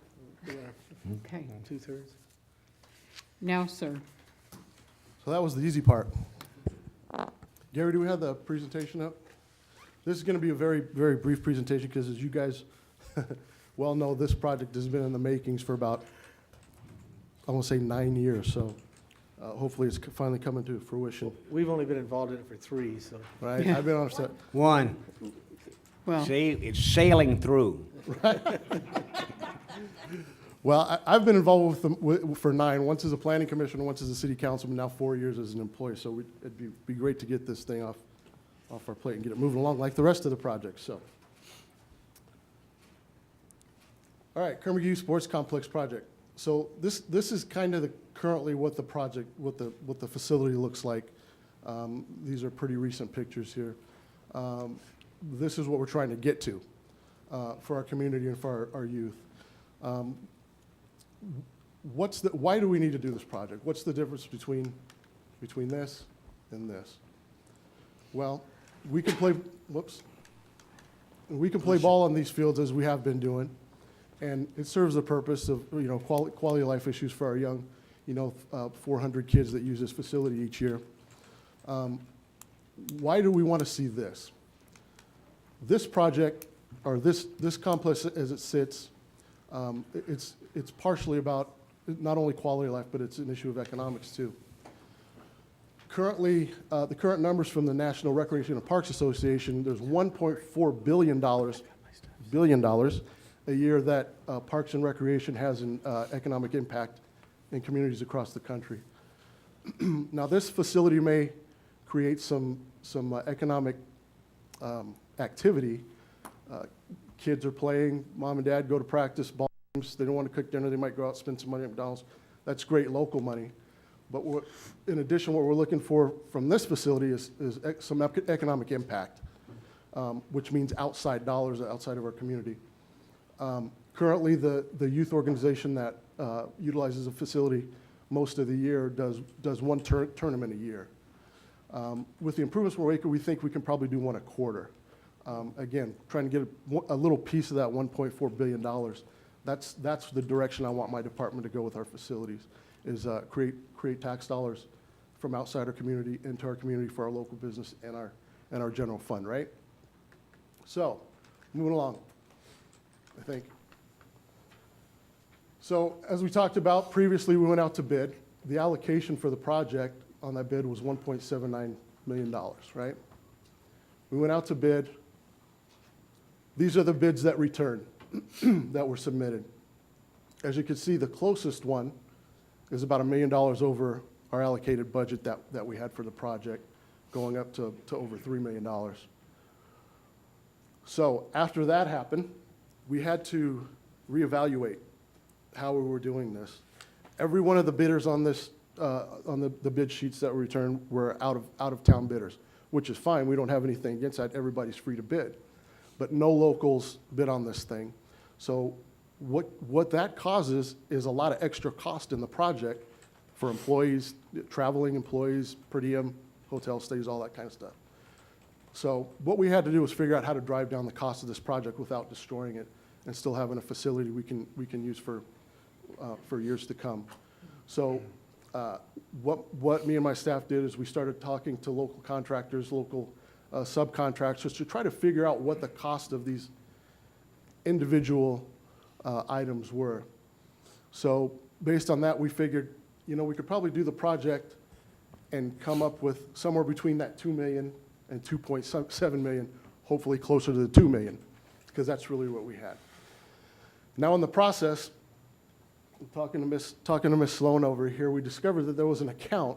It's very strange, and this happened before I came aboard, so I can't really explain it. There were two separate accounts set up for tab funds for the same project. So we discovered there was $196,000 and the $1.7 million for the same exact project. How that happened, I don't know. It happened before my time, but so we combined those two dollar amounts, and that's how we came up with the actual amount that's allocated today for the project of almost $2 million, right? So now we know what we're working with. It's close to $2 million. I'm feeling pretty happy that we got a little extra money, and I think these bids are going to come in good. Well, as our attorney explained, we got no bids. So we started talking to the one contractor that did bid. I'm not going to go into this too much because he explained the current bid process. We went out to bid. We've essentially got 0 bidders. It allows us to negotiate with basically whoever we want in good faith, which is what we've been doing. And a huge thanks to to Colin and Lloyd and their team, because we've been on the phone a lot, and also to our consultant at the HLA group. We've been literally the last few days working nonstop on this thing, trying to get it together so we don't jeopardize the project. I know there's more than that. There we go. So I wanted you guys to have a good understanding of what, excuse me, what the project entails. I'm not going to read through all this stuff, and we've discussed it many times at the council level. But basically, it's a complete renovation, almost a complete renovation of the entire facility from irrigation systems all the way up. The things that I decided to take out to save money to try to drive down the cost was the paving of the parking lot and some of the fencing. Now, a lot of the big ticket items that are, and this is what went out in the actual bid packet, some of the bid ticket items were left off by the bidder. And so when we saw his bid, got happy, but then to only understand that there was no dollar amounts attached to some of the project. And we absolutely had to have those items in the project, so we asked them to put numbers to it.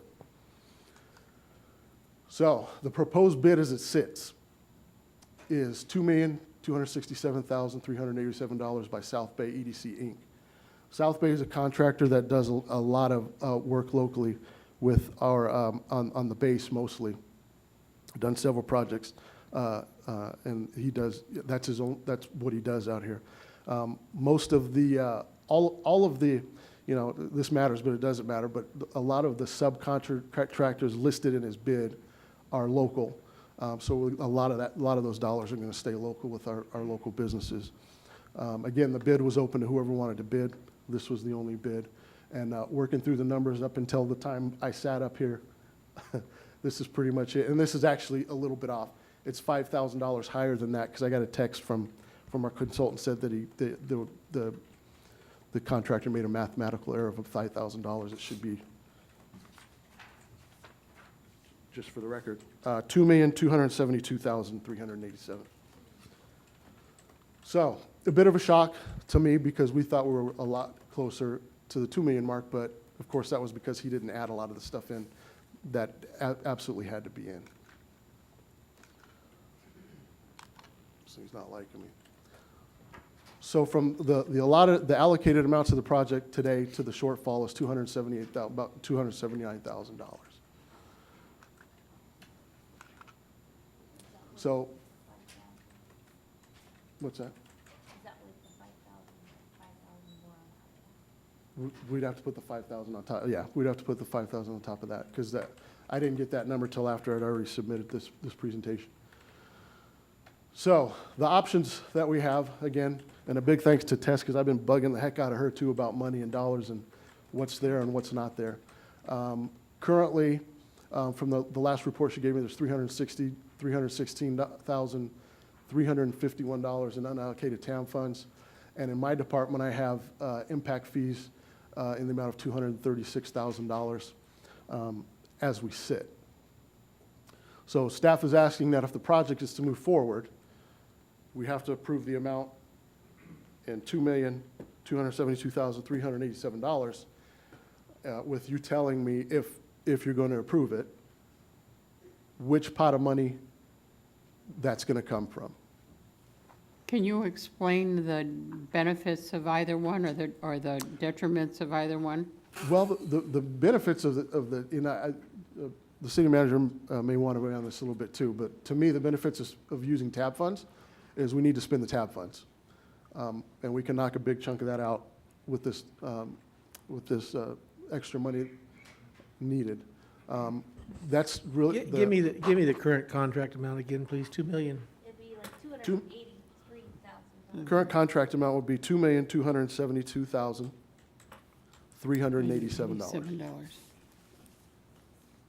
And 27 cents. I'm just kidding. So I don't know if there's really a benefit other than that for using the TAB funds. The impact fees are, you know, obviously they're fees that have to be used in the Parks and Recreation Department. And we've got plenty of areas I can use that money in, and there's no deadline time limit on those. Those are fees that are continually collected from residential construction projects. That's what I wanted you to say about TAB funds. There is a time frame under which they have to be used, or we lose them. Correct. Correct, okay. That's essential for two reasons, because we still have money sitting there, and it's essential for this project because that's the money that we're using for the project. What's the date, Jason? What's the what? deadline date? What is the deadline date? 2 months ago. Really? I would let the city manager or the city attorney address that question. The deadline date to get the TAB funds spent is the question, guys. Well, he's giving us one or the other. From what I've been told, just as soon as possible. Say it one more time, sir. From what I've been told, is as soon as possible. So he's giving us 2 months. I think I know what that means, sir. So the question at hand is, do we want to move forward with the project? Do we want to move what we would be asking you today is to approve the full project amount as negotiated with the contractor. We just have to identify a funding source and ask that the authority be given to the city manager to sign the final agreement. Well, number one, there's not quite enough impact funds. If I've done my math right. No, there's not. We need $283,802. Correct. The difference. That's the shortfall. And there's not enough impact funds to do that anyway. Correct. And we do need to get the TAB funds spent ASAP. So I would move approval of this item and taking the shortfall of $283,802 from the tab funds. Second that. Oh, I guess we gotta have public comment. What would we do with there would be some remaining, what would we do with the remaining? Do we have something? Pave a street. Pave the street. Put it back in general fund. Can't put it in general I'm fund. just teasing. Can't put it in general fund. Staying. Can't put it in general. That isn't really part of this No, that's not part of it. discussion, No. so let's No. put that, although it would be nice to know what options we have, but not tonight. Right. So you made a motion? Do we need a They're motion saying mine's to? too early yet, because I was gonna say, we haven't have heard to talk comment. about what the the project, so. No, the public comment. I know, but he was making a motion. So, Prematurely. okay, so got you want to excited. hold it? Okay, is there any other council comment? Public comment?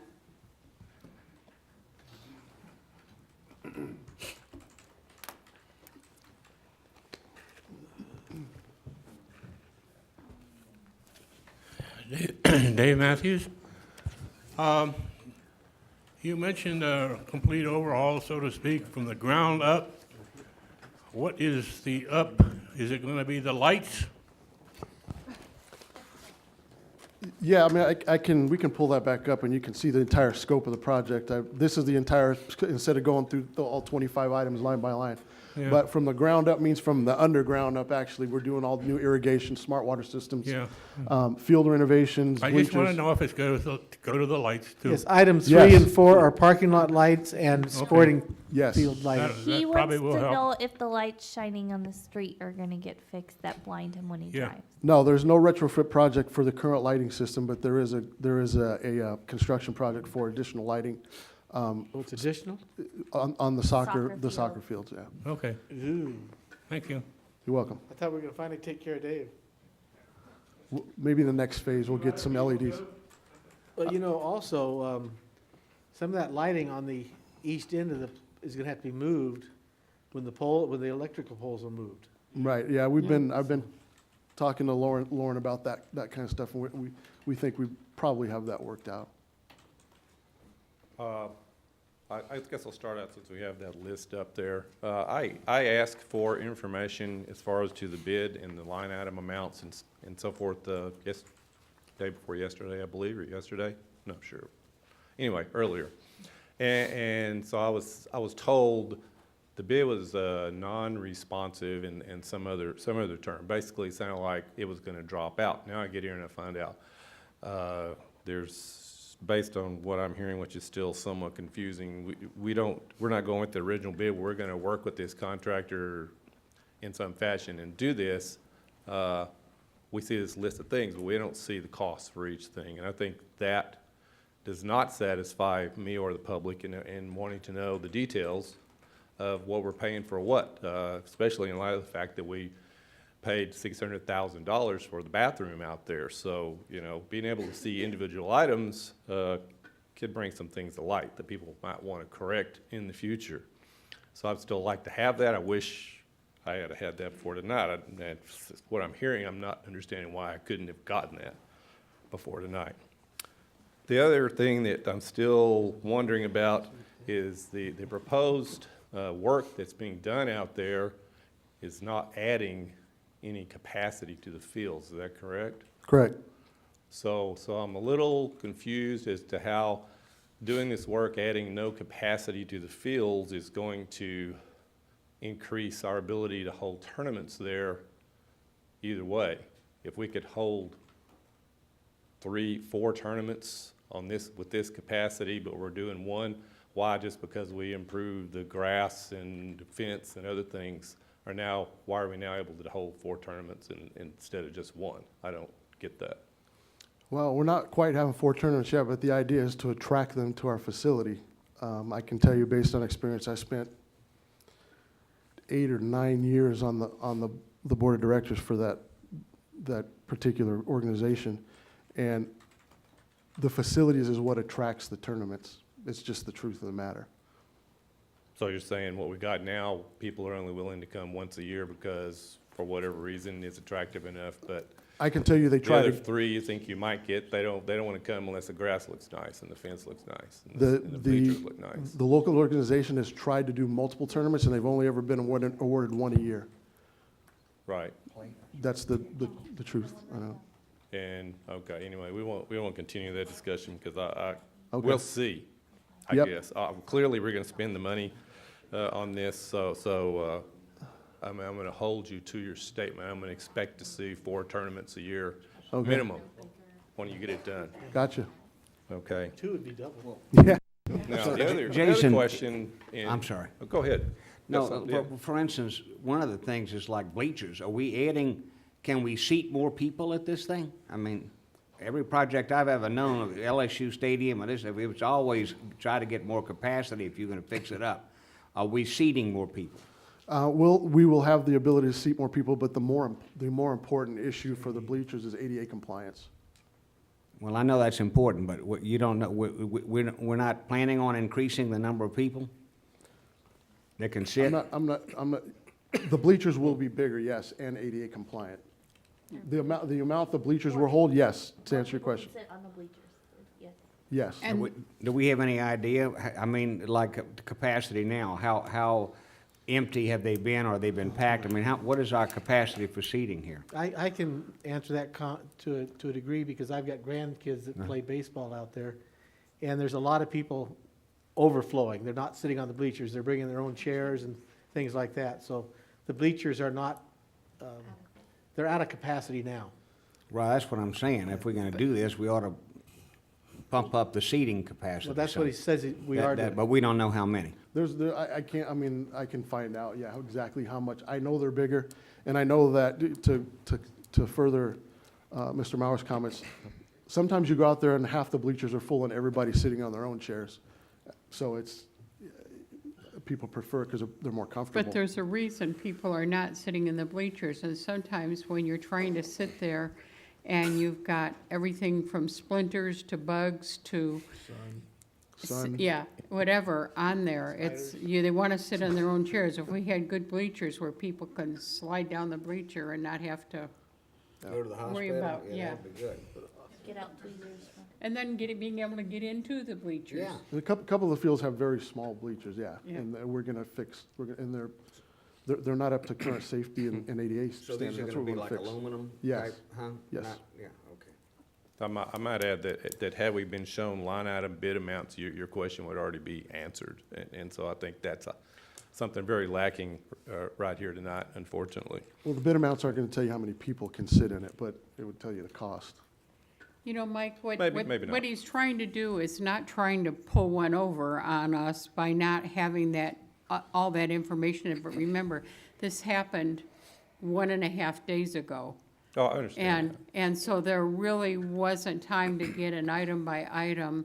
Am I saying this fairly? Up until the time of the meeting, we were still discussing the, Okay, please, you answer that question, because it doesn't, I mean, I think he's thinking that we might have we could have done it better had we had those items filled in. Yes, we could have, but we wouldn't have met our time frame in order to do all this.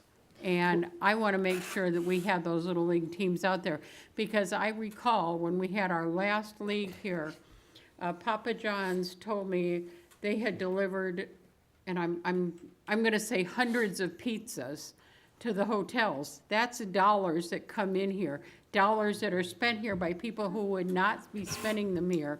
And if we have better facilities, we will get more people, we will get more teams, because if you're going to travel 100 miles to a game, you want a top-notch place to go. You don't want to sit where you're going to get splinters in your bottom. And I think this is where it's important that we can do this and get it done and bring dollars that we didn't generate, Understand. that come here and benefit all of us. I think my statement was just that I'm disappointed that we're not seeing the details, but I would fail to see any responsible company entering a bid for over $2 billion of work and not having everything on that lined out. Those guys want to make sure they know what their cost is, their profit is, and they're going to end up losing money on the project. So if they don't have it already lined out and it's not already available, then I would be really shy of giving them this work. If they're just waving their hands and saying, oh, we can do it for 2.2 million. So I think it's available, but, you know, I wanted to see it, but I'm gonna get it later because I'm gonna ask for it I want specifically. to answer this part because this was kind of my thing that I was like, I'm not okay with spending the $1 million more for this work, and I'd like to see local companies doing the work, especially because we should be able to have local people do it. And so we contacted Mr. Thomas. We found a local guy and talked with him. And I mean, basically, I don't know that this project is going to be necessarily a moneymaker for them. It's more like he wants to help his community out because he has kids and grandkids that have played on this field, and a lot of the subs are the same way. And so they've been trying to crunch the numbers down to help us get within an area that we can afford because we didn't have, you know, the extra $1 million just laying around to throw at this thing. So Yep. that's why these numbers have been taking time to get crunched and crunched and crunched, so. Given that your conjecture is correct, I think that would be even more reason to make the detailed line item bid available to the public. I think people will be even more pleased to see that you found somebody, one of you, found, rounded up, bribed, cajoled a contractor, whatever fashion, that was willing to do the work and make almost no money. I mean, that would sound really good, certainly to me, and I think the rest of the public. So I'll be asking for that. I want to see that. I think the public wants to see that. They're spending $2 million of their money on this. So that's all on that one, unless somebody. Well, Mike, prefers to I'd comment. like to answer also, the reason the bid was rejected on the bid process was because he had not itemized everything that was gonna be done. So that's what made it defective. So that opened up the door to do the negotiation and make sure we knew what we were getting in the thing for the $2 million. So But obviously. you're right. We're So, going to know all these details. We have to know. I don't know if he got an itemized, Let me clarify this. It's really simple. There's two things that had to happen for me to come sit up here today and ask for this money. One of them was that Lloyd told me that we were legally good and we can do it, number one. Number two, our consultant had to tell me that he's gone through this thing with a fine-tooth comb. All the numbers add up, and we're getting exactly what we asked for in the project. So this is the scope of work that was put out in the bid process. We have now, today, the reason why you don't see numbers attached to all these things, I had 90% of that, right? I have them all sitting right here. It's not a secret. I'm not afraid to show anyone. Good. All the numbers are right here, but some were missing at the time this presentation was put together, right? So am I going to put something up there incomplete to bring forward to the council? No. I know what's going to happen to me if I do that. I sat up there too. So I have every single number attached to every single one of those line items right now, up until the time I came up here when we found the $5,000 discrepancy. So up until the time I sat down here, I didn't know the final. would you Final see answer. that We Mike have gets a it. copy of that, please? All I have to Absolutely. do is reactivate my prior request. It's in Ms. And, Charlotte's and, email. and it's a so public that's easy. record. Anybody can see it. All you got to do is see Mrs. Rick over I there. think that's fine. In defense of Mike, I agree with him. I Sure. agree with you. I am thrilled, listen, I'm thrilled that if what you're telling me is true, and Ms. Stevens, that we need to buy local and we need to contract local every dang time we can, period. That's it. And so I am thrilled to death. Number two, the fact that all of this, whether you lock it down here or not, this whole package is how much less than the lowest bid prior to? It's about 400, and I have the number. $500,000, and that's considering this with the addition, we're still $500,000 less? About, yeah. Yeah, so 400 and something. Okay. That's taking out the parking lot and some fencing. Some fencing. We had So- some stuff taken out, so. Okay, but if we're $500,000 down and we're using local people, I'm thrilled. That's what I am. So, but in defense of Mike, I want to see those numbers too. I've never seen such a thing, because for a guy to bid a project, of course, he has to have an exact number on each of the things, or he doesn't know what the hell he's doing. Right. So that would shock me if you tell me, well, he doesn't really have those numbers. I go, mother of God, he doesn't know what he's doing. So of course, I would like to have the numbers So would I. in defense of Mike, right? I could tell you as I sit here right That's now, all right. we You do don't have to have. So if me. you get I'm him a fine. copy and the copy's available to us. That's what he said. I have the, I have That's the, great. at the time of posting of this, when I had to give it to Perfect. Mr. Gary, I think I it's didn't have a great. complete product, and I wasn't gonna sit up here with half the numbers, you know, on there, so. Thought That's, he's itching to again, go. this is remember, this is a need arose item. That means there's things that happened in the process that made it to where we had to do it this way. Today, some things happen today. Just two more questions. Since since we just brought up what things were left off in order to meet this cost amount, what is still remaining that would like to be done? You would like to be done there, and got a rough idea on the cost of that? And we've heard parking lot. Is there anything else? What we took off of what you see up here is the paving of the parking lot. There's still some lighting gonna be done in the parking lot, and perimeter fencing of the entire facility. The outer perimeter? Correct. Fencing? That's Okay. that's what was left off. So what might the public expect? Obviously, this is going to come back to be done in the future, or we're not going to have a very attractive facility. What might we expect to have to expend on that? The fence, the perimeter fencing is getting repaired, just not fully replaced. So Correct. that part won't be a problem. It's, As for a timeline on the paving of the parking lot, we have to find other dollars to do that. Maybe that's where, I don't know, maybe we come back and ask for that, the rest of that tab funds, and use some of the impact fee money to get that part done, because I believe that's needs to be our next priority at the park. Okay, the impact fee, is that is a continued yearly revenue? It's not a yearly revenue. To the That's parks? that number is an impact fee. Impact fees come from when people build homes. They come from building They come permits. from So building that's just homes. general fund money. That doesn't No, go. No, it's not. No. It is collected from, we contractors specifically go to certain projects. it can It- only it go is to designated parks to and those projects. recreation. For It Parks can't and Rec. be, yeah. Well, there's like 6 of them. There's Well- streets, There's there's parks streets, and there's rec. police, there's- So Parks we and Rec. we pick and choose with that, so it's not a definitive.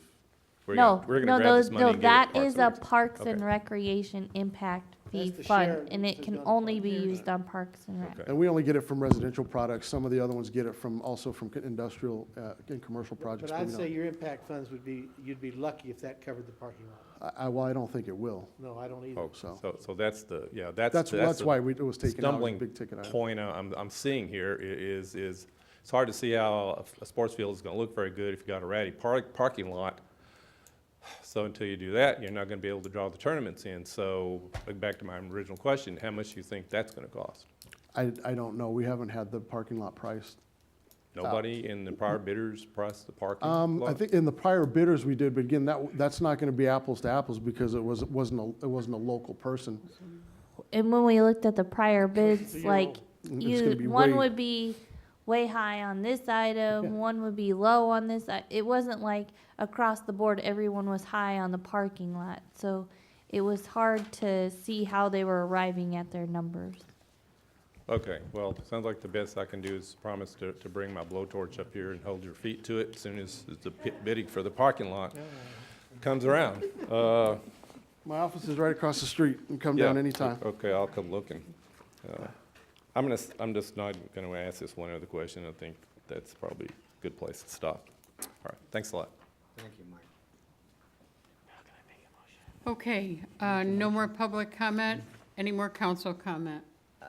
Motion? No, wait, we already had a motion on the Second. table, so we Oh, I'm gotta- sorry, we didn't get a Yeah. second, though, did we? Second. Lloyd? Okay. Perhaps Councilmember Mauer can restate it. Restate, yes. I make a motion to approve this with taking the extra money from the tab funds. Tab funds. Second. Is that sufficient enough? And do you want the amount stated in there, Lloyd? Okay. Contract amount of $2,272,387, taking $283,802 additional money from tab funds. Okay. Mr. Mauer? Aye. Mr. Thomas? Aye. Mayor Breeden? I'd like to say aye and make a comment. If the contractor who called me today, he said, "I'm so happy to do this because that I am helping my grandson have a better place to play, I say aye gratefully. Mr. Martin? Aye for local folks. Ms. Stevens? Aye. 5 ayes, motion carries. Once more, I'd like to thank the council. I'd like to thank Mr. Strand for his help and support on this project, because I'd really like to thank my staff, because I've been pushing them really hard to get this done. Big thanks to HLA, big thanks to Lloyd and Colin, big thanks to Tess, big thanks to Lauren. Everybody's just come together on this project so we could get this thing happening and get it presented tonight. So thank you to everyone. I really appreciate all the help. Okay, we're on See you at the then ball game. item number 9. Establishing a policy to require development project applicants to directly contract or reimburse the city for planning and environmental consultants. Mr. Strand. Yes, Madam Mayor, Member City Council. In taking over as interim city manager, one of the things that was done was an assessment on how we're providing services, especially to our development project applicants. As you know, a couple of years ago, our planner was laid off due to the budget. Recently, we have hired back an associate planner, but we've also seen a gap in our ability to provide services. So what I'm requesting is that the council allow us to establish a policy that will require development project applicants to either directly contract with or reimburse the city for planning and environmental consultants. Some of the factors that will be used to make those determinations are things such as the project magnitude, complexity, and city staffing. As an example, our current Red Rock project is fairly complex. We are looking at having the developer hire a planner. They are willing to do so because by doing so, we're able to get the project moved along much quicker. And as you know, that the quicker the project gets done, the more money they save, because the more time it takes, the more money they're expending either on loans or et cetera. So this just gives us the ability to move these projects along, either require that they hire a planner of our choosing, but more than likely it will be a reimbursing us for a planner that we contract out to conduct these services and help us through the site plan review, CEQA, and all the other environmental stuff when deemed necessary by staff and the city manager. This will also allow us to establish those policies that will enable us to conduct this program. There will also be safeguards in there where if the developer feels that this isn't appropriate, they can go to the Planning Commission and file an appeal. This is also supported by our municipal code that does allow us to recoup full costs either for our planning services that we conduct ourselves or planning services that we contract out. So I'm asking for you tonight is your approval of this resolution so we can move forward with this policy. Couple of questions, sir. Can you tell us approximately what will be the fiscal impact on the developer to bear the burden of these additional costs? Or is some of it going to be recovered by a more responsive time in which the developer will not be waiting for us to accomplish it, but will do it? Can you address that? Yes, our current ordinance requires that we seek reimbursement for 100% of these costs in this area. So if staff spends 20 hours, we bill the applicant the 20 hours plus an overhead. In this case, there may be a differential in whether or not the contractor may be more or maybe less than what the city cost may be. I don't know. I know that we have, when we do our planning and accept the down payment, we do have a certain amount, I think it's about $1,000 that we require initially, and then if it takes longer, we charge more. If it takes less time, we rebate back. But in this case here, we would just contract out if needed. Now, the plan is for us to develop this planning skill set in-house to get to a certain level, but to have this as an option that if staff's too busy or the project is just too complicated, we have the ability to contract it out so it can get done a little bit quicker. And I think in a lot of cases, I think the developers are going to be happy to have this because they will be able to get the projects done much quicker.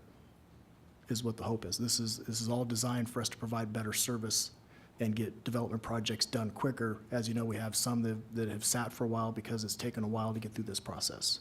And it's been quite frustrating for the developers. So you think it might be a break even, or will it be cost? I think when they're spending millions of dollars to try and develop a housing tract, spending $2,000 or $4,000 on a planner is money well spent. Thank you.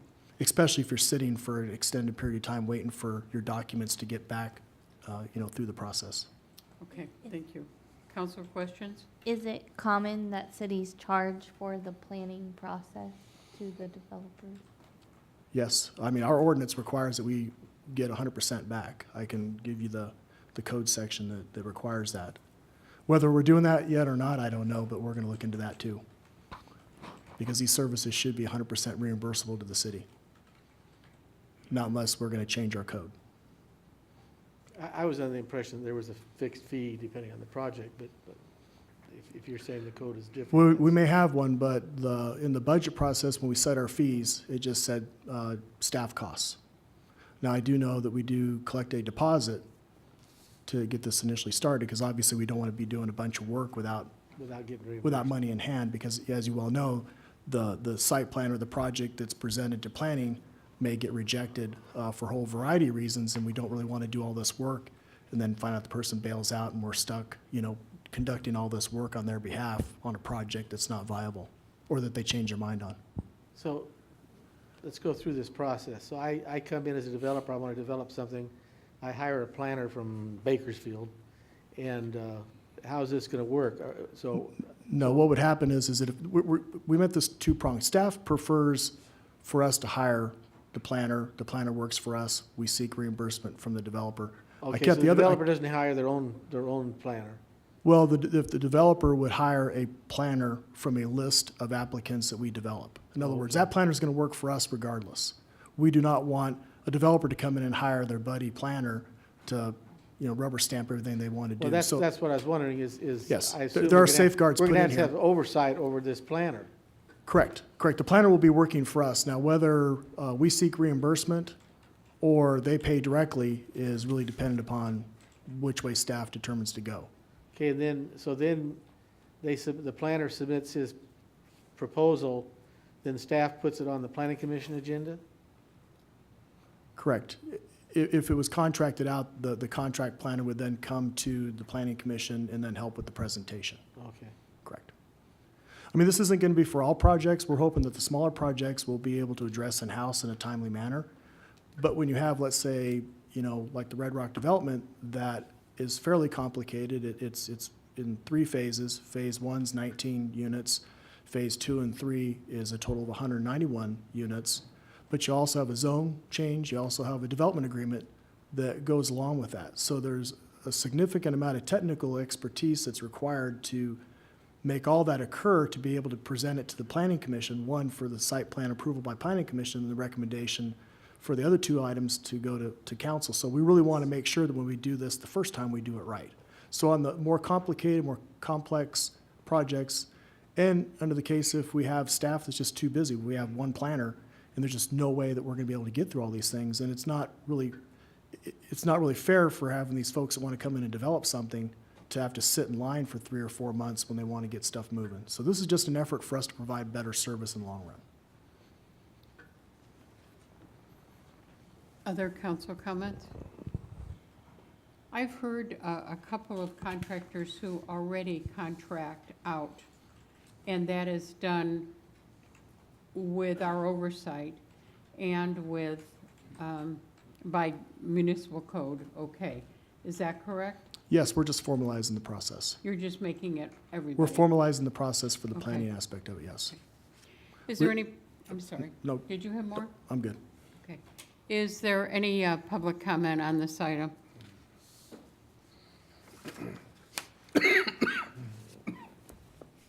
Stan Rotora. I attend a lot of the infrastructure meetings. And, I've noticed in the past that we've had a lot of contractors and developers come in not happy with how things are proceeding and the progress they're making in one thing or another. I was I was overjoyed when I heard $2,000 to $4,000, because I think if that's really all it is and it makes things happen, I think most developers aren't going to balk. But most of those developers already hire a planner to do their planning. I mean, they have to have a planner to develop a house tract. So what they're really doing, or what you're asking them to do, is to hire a planner to do their work and then another planner to criticize their work, or possibly criticize their work. So I would, you know, I understand the city needs money and we can't hire more help, and we've got problems with our budget, but I would really encourage you to very closely watch the fees that are being charged to make sure that some of the developers that we're already scaring away, we don't impact worse now and make it so that more developers don't want to work in our town. Because it's those developers that are going to increase our tax base. So we really need to make sure that we do everything we can to encourage them, and that the money that they're spending really does save them at least that amount of money, so that it's beneficial to them. And one last comment on a separate subject. Tess gave me this report that she said she had. Appreciate the report. It's identical to the data that we were given in a finance meeting, except that it turns out that $660,000 of that $750,000 is carryover from FY16. Has nothing to do with FY17 whatsoever. And so even discussing it is confusing and misleading. So I think communications is really important, especially when it comes to finances. It ought to be clean and clear cut, and trying to mix FY16 with FY17, the council gets confused, I get confused, and I'm assuming even the staff gets confused. Thank you. Stan, I'm going to correct you on one thing. As a developer, I hire an engineer to develop my subdivision, and then the city has a planner to criticize it. Okay? But So it's not, there's not two planners. Your engineer may have within his organization a planning, or he has taken planning education within his engineering curriculum. Not my kind of engineering, but his kind of engineering, I'm sure. Right. Thank you, sir. Okay, so this discussion spurs one question. We had previously had an economic developer director that was also doing planning work. We hired someone to take his place. Is that position no longer involve any planning work at all? Address that. Can you restate that question? Well, Gary Parsons, at least is what I was told, when Matthew Alexander left staff, he took on the planning department Yes, he did. activities. Yes, he did. He was quite overburdened, which caused a significant backup in issues. We have replaced his position. We do have a associate planner position that we're currently advertising for. We're doing everything we can in our power and within budget to make this better for the developers, and this is just part of the process. Okay. They're I just already required to wanted to pay, get they're already required to reimburse us 100% for this work anyway. The feedback I've gotten is that on some of these projects, not all, they need it done a little bit quicker. Right. And with right. our current staffing, sometimes the complexity, we're not gonna get it back quicker. And at the end of the day, when we submit it to the planning commission for review, we really would like it to be at a point where the planning commission can approve it, not kick it back, because that just causes frustration with the developer. Yeah, exactly. And I was going to comment that the small number of planning commission meetings that I've met, I see, that kind of a thing happening. And they come in, they're trying to get certain things done. The planning commission says, no, we want this, this, and this. And some continuity, I think, is where you avoid the problem. So when we're developing, I guess, when I think I was hearing a list, I guess it would be a recommended planning consultants that these guys would use, and they know they can come here, get the list, hopefully it's going to be extensive, so they've got a good choice. Pick from those guys, and those guys have enough interface. I mean, I know like Wild Ant Engineering, I've seen them up here, and they just like, you know, they know all the Plan Commission guys, and they come up and they ask for something, and they pretty much work with them and do anything that's not totally unreasonable, and hopefully there's, you know, a good selection of other ones that these guys can pick from, so that, I mean, I think this is actually probably in some ways preferable, because it's a little bit more of a free market approach. They get to pick the guys that they're gonna, you know, work with, instead of saying, oh, there's a city planner, he looks it over, and we have to pay him, but we don't get to pick who's, you know, doing the work for us. So, and maybe they're gonna get cost savings, maybe not. I don't know, they'll be the ones to complain about that if that doesn't happen, clearly. So, as long as we can make that process so that when they come to Planning Commission, they find as few log jams and few corrections and things they have to go back and fix, take time to change and so forth as possible, because, you know, the process of dealing with the government and getting work done is a huge difficulty, and I've seen the long list of fees some of these poor people have to pay just to get something built in this town, and anything we can do to reduce the cost along those lines, and I would again encourage looking at some of the fees that we charge that we might be able to get more realistic about and reduce, so that people are a lot more desirous of coming in here to develop stuff. I think that's what we want. Okay, is there any other public comment? Any other council comment? Motion. I just had one Oh, I'm quick one. No, sorry. I think that anything that we can do to help the developers get their projects done faster and quicker and easier is what we need to do. It's the same thing with keeping the business local. It's the same thing. The feedback I've been hearing from constituents and several developers I've talked to is kind of the same thing.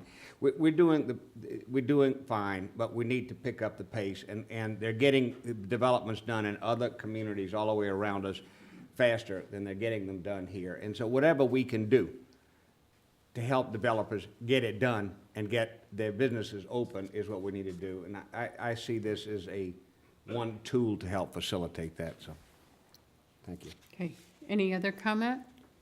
Okay, now a motion? So moved. Second. Mr. Mauer, Aye. Mr. Thomas, Aye. Mayor Breeden, Aye. Mr. Martin, Aye. What did I Ms. miss? Stevens, Aye. 5 ayes, motion carries. Okay, item number 10. Withdrawal of consent to the inclusion of properties within the City of Ridgecrest to Property Assessed Clean Energy PACE program. Okay, Mr. Strand. Madam Mayor, as you know, last council meeting on September 20th, we brought the issue of PACE to the council to discuss. It was based upon a letter that we received from the Ridgecrest Area Association of Realtors requesting that we withdraw from the PACE program. Information was received from both sides, and at the time the council determined it was the best interests of both the health and safety and welfare of the citizens residing in Ridgecrest that the program should be terminated. So today what I have before you is a resolution withdrawing our resolution 14-11 that authorized the city to be incorporated into that program. If council approves this, we send notification both to the Western Riverside Council of Government. It takes us 6 months after the date of approval to completely withdraw from the program. In essence, by contract, they have 6 more months to continue their program before they have to cease and desist. Okay, thank you. I'm going to take public comment first. Is there any public comment on this item? Madam Mayor, one more thing. I did receive an email today that contained several letters of support in PACE, or for PACE, that has been provided to council, as well as copies down here for the audience to grab if they want. Thank you. I think we all have them, so thank you. Public comment?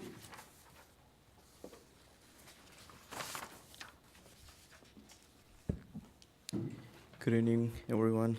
My name is Kunal Patel. I'm a homeowner of City of Fishcrest. So I had an overall great experience with the Hero from the application through the installation of my new solar system.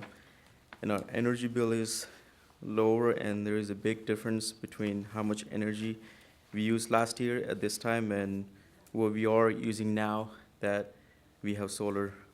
I think the PACE legislation that made Hero possible was good, and I like that Hero is partnering with government to bring us a good option for going green.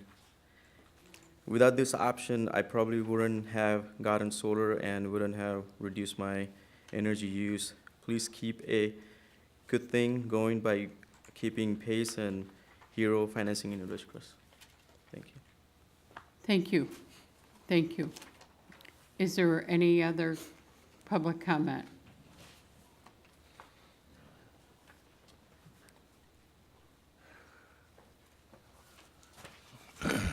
Yes, Dave Matthews.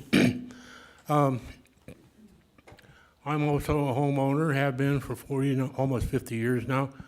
And the point is that there's other mechanisms available for all this stuff, and that government shouldn't be involved like they are now, and especially when you end up putting, I forget what it is, assessment on the tax bill. Thank you. Thank you, sir. Any other public comment?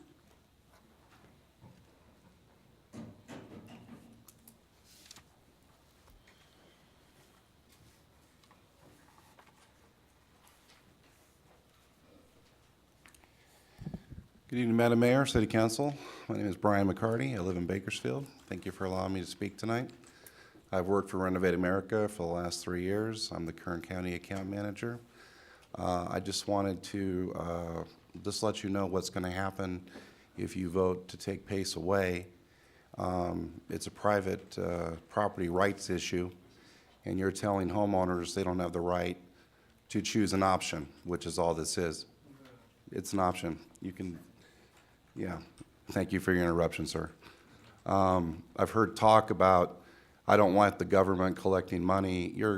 The government spends billions of dollars of our tax money to private contractors every year on projects and research. This doesn't cost the city of Ridgecrest a dime. There's no work hours involved for your city. It's all done by Kern County tax assessor. So that argument is really not valid in my opinion. What is valid is that the state of California passed AB 811 to provide homeowners an option to have access to financing for home energy efficiency for their homes. And if they choose to take advantage of that option, that's their right and their business. I don't think you or the real estate community or lenders have the right to tell a homeowner, you don't have that option. This program has helped over 100,000 homeowners in the state of California. It's growing. Governor Brown today signed 2 pieces of legislation that strengthens consumer protections even further. People that use PACE have more protections now than they ever would using a credit union or a bank. We have a compliance department.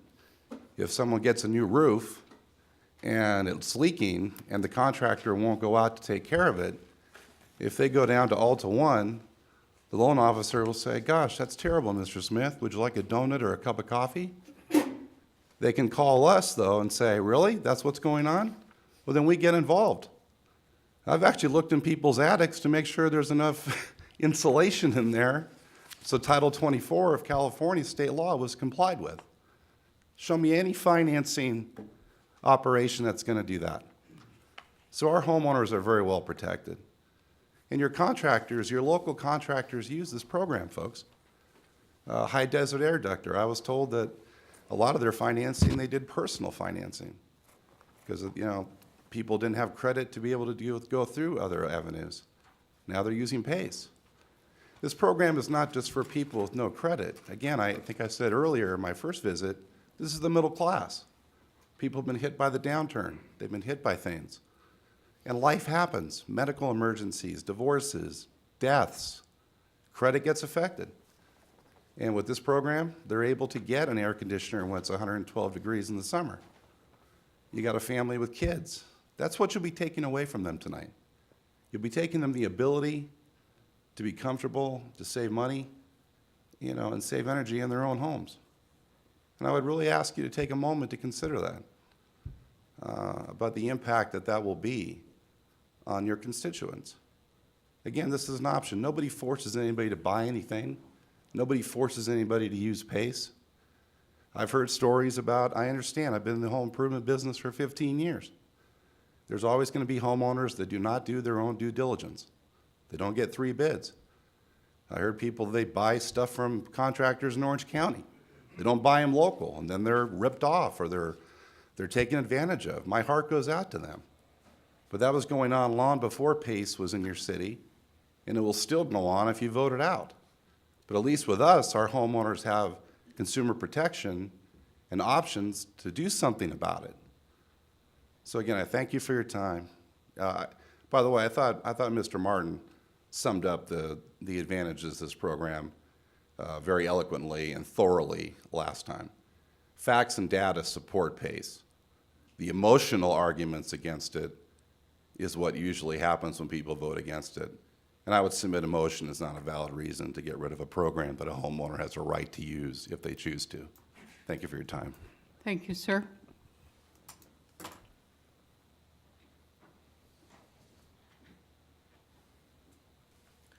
Good evening, Council, Madam Mayor. Drew Hawkins, immediate past president of the Ridgecrest Area Association of Realtors.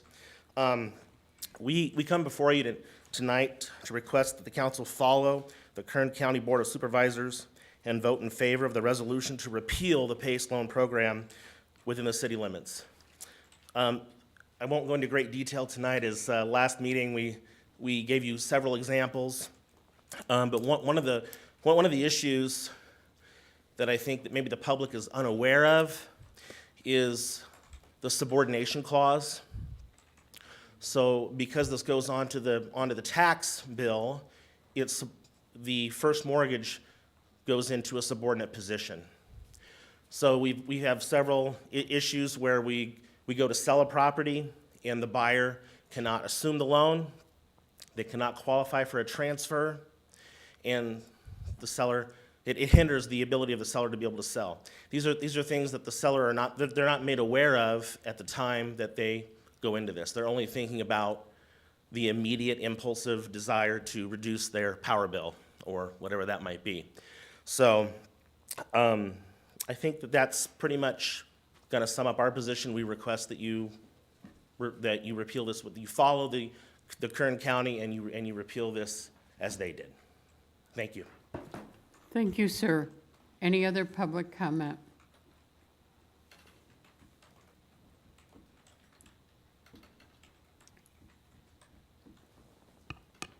Will you wait just 1 minute, please? Is there going to be more public comment?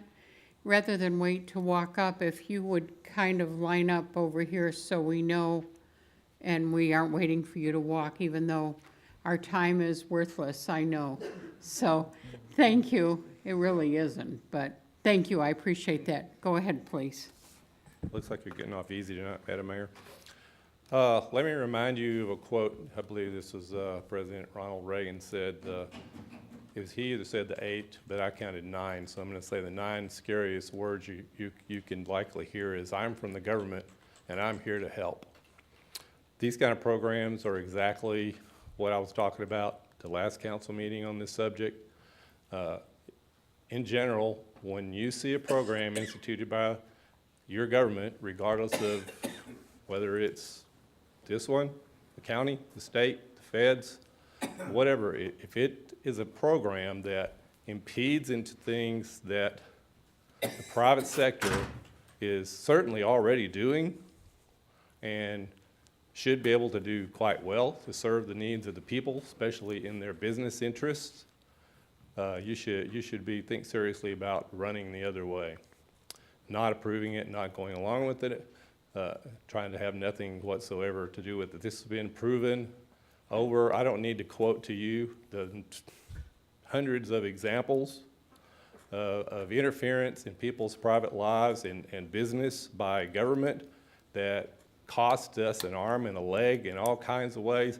And nobody's going to tell me that all of this work in the legislature, passing all these laws, having all this debate, going through, who knows how much lobbying money was spent on this, to get this kind of thing put in place. There's just massive amounts of time and energy spent to put these kind of programs forward and, tell people out here, this is going to help you get such and such accomplished. Well, maybe, and then maybe, as you've heard, there might be some real serious problems with it. The worst problem is that the government basically, in this day and time, has absolutely no idea where the dividing wall is and where they should stay behind and where they should not impinge upon.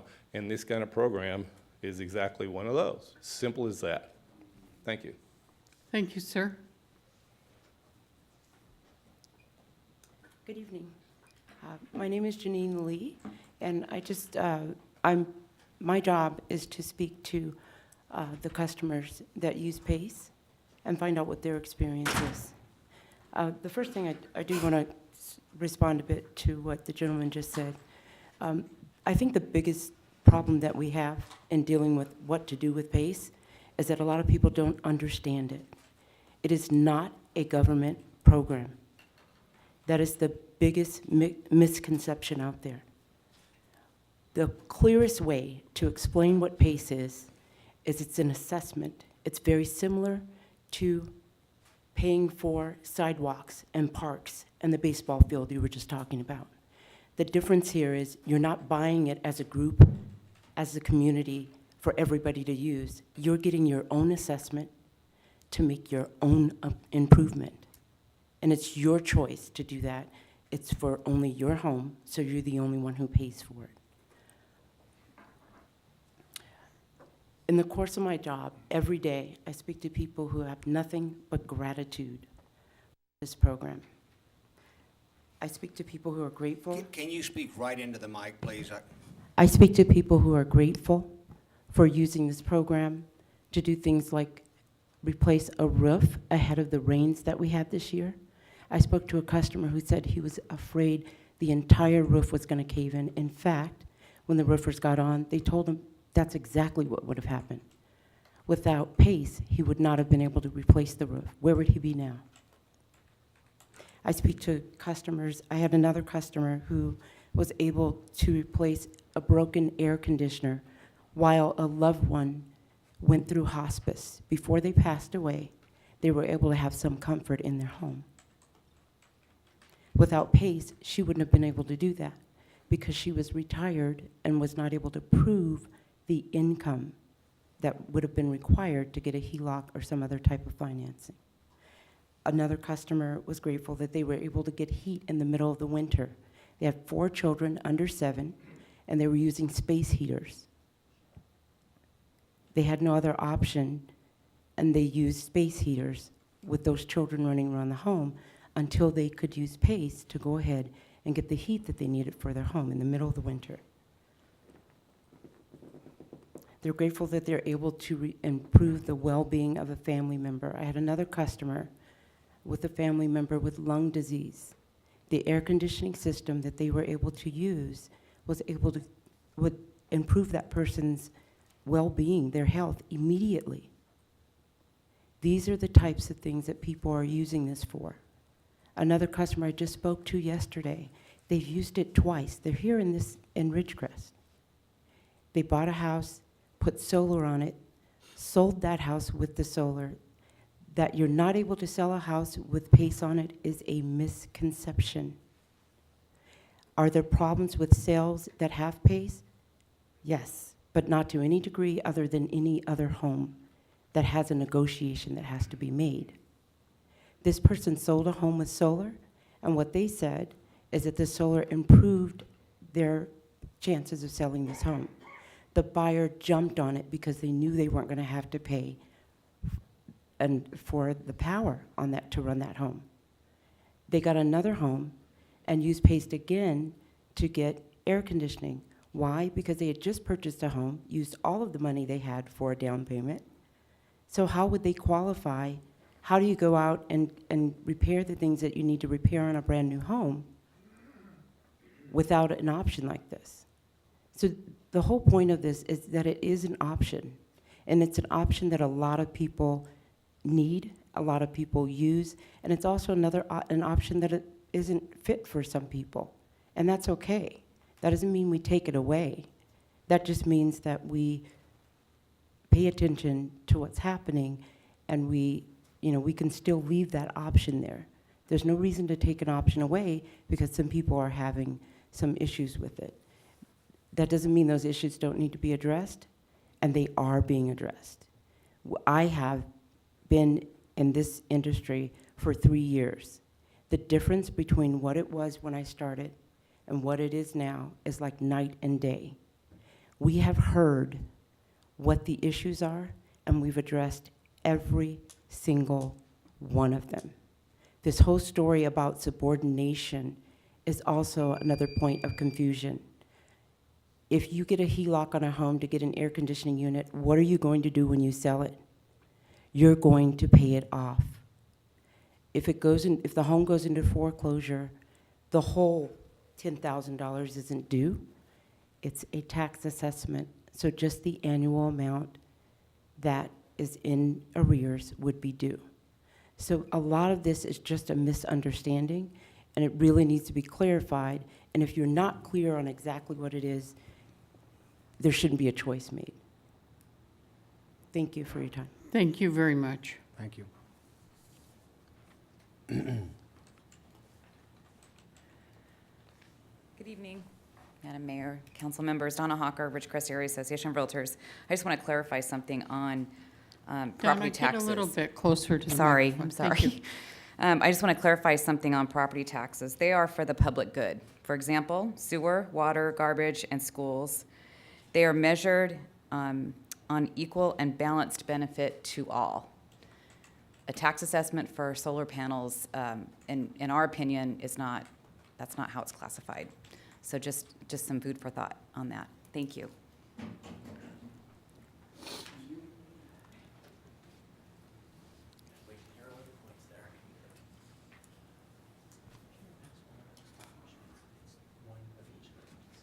I have them separated for them perfectly. No, just those there. Thank you, Mayor and Council. Dustin Rylick. I'm the Senior Director of Market Development for Renovate America's HERO program. I actually find it ironic that I'm here before you today because of this one piece of paper. This one piece of paper that was sent to you by the Ridgecrest Association of Realtors.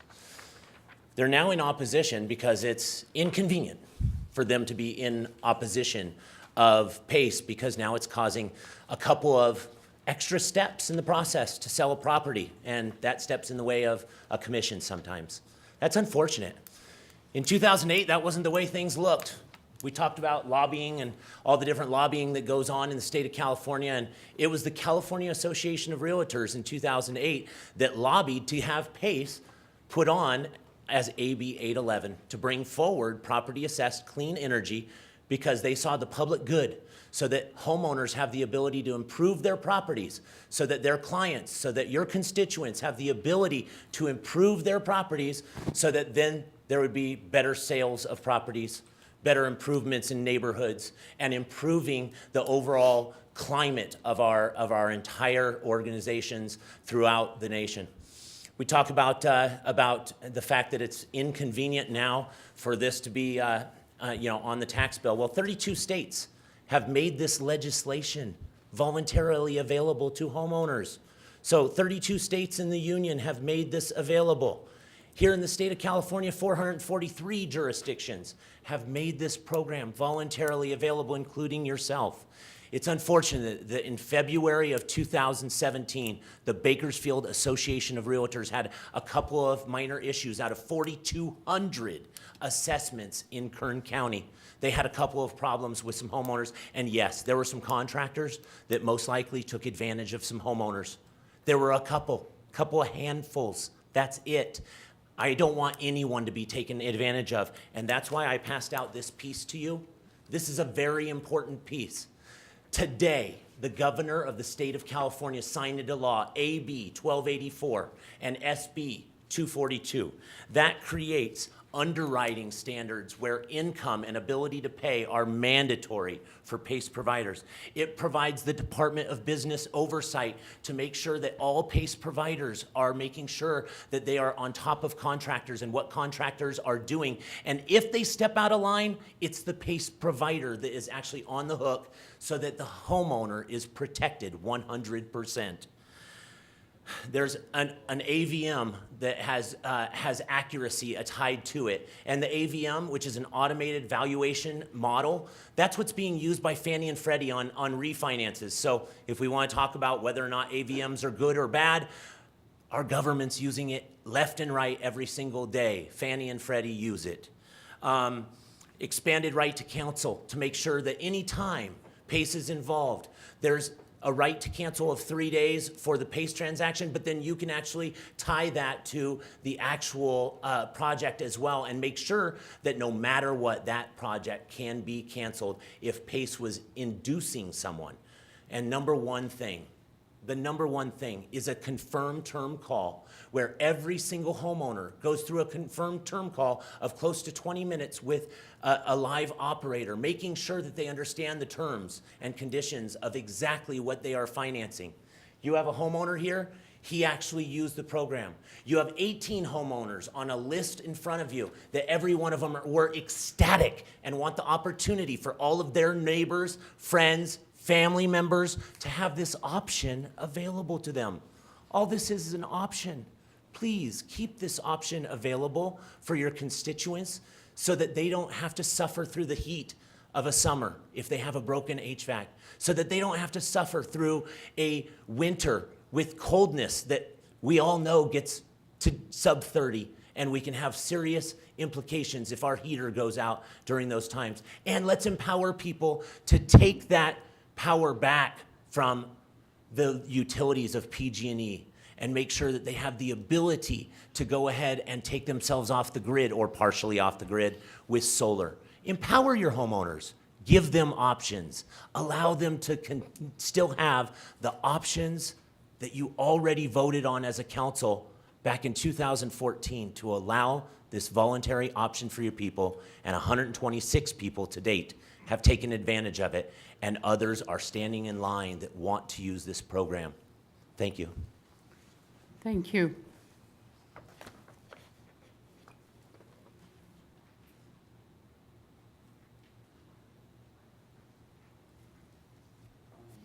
Good evening, Honorable Mayor, City Council members. My name is Jeremy Hutman. I am with Renew Financial. We're the administrator of the California First program. In the spirit... Jeremy, can you get a little closer to the microphone? Oh, sure, sorry. Thank you. In spirit of partnership with the city, you all opted into our program back in 2010. We have been active offering PACE financing since 2014. We're actually not included in the resolution tonight. And I know that whatever you all want to do with PACE, we know that we don't want you all to miss our program. So I wanted to make you all aware that we are a PACE program operating in the community. So there's been a lot of talk about philosophical issues and a lot of talk about and what you found in this community is there's been a lot of discussion. There's a lot of support among homeowners who've used this program. There's support among local contractors that have used this program. There's really only two groups that you've heard from that are opposed to this. It's realtors and local lenders. But they're not the homeowners that have used this. This is a program that's actually really working well for your community. It's working well for the state. The facts about PACE are it's a legal program. It was created by AB 811 back in 2008. It's a regulated program. AB 1284 that just went into effect puts us under regulation.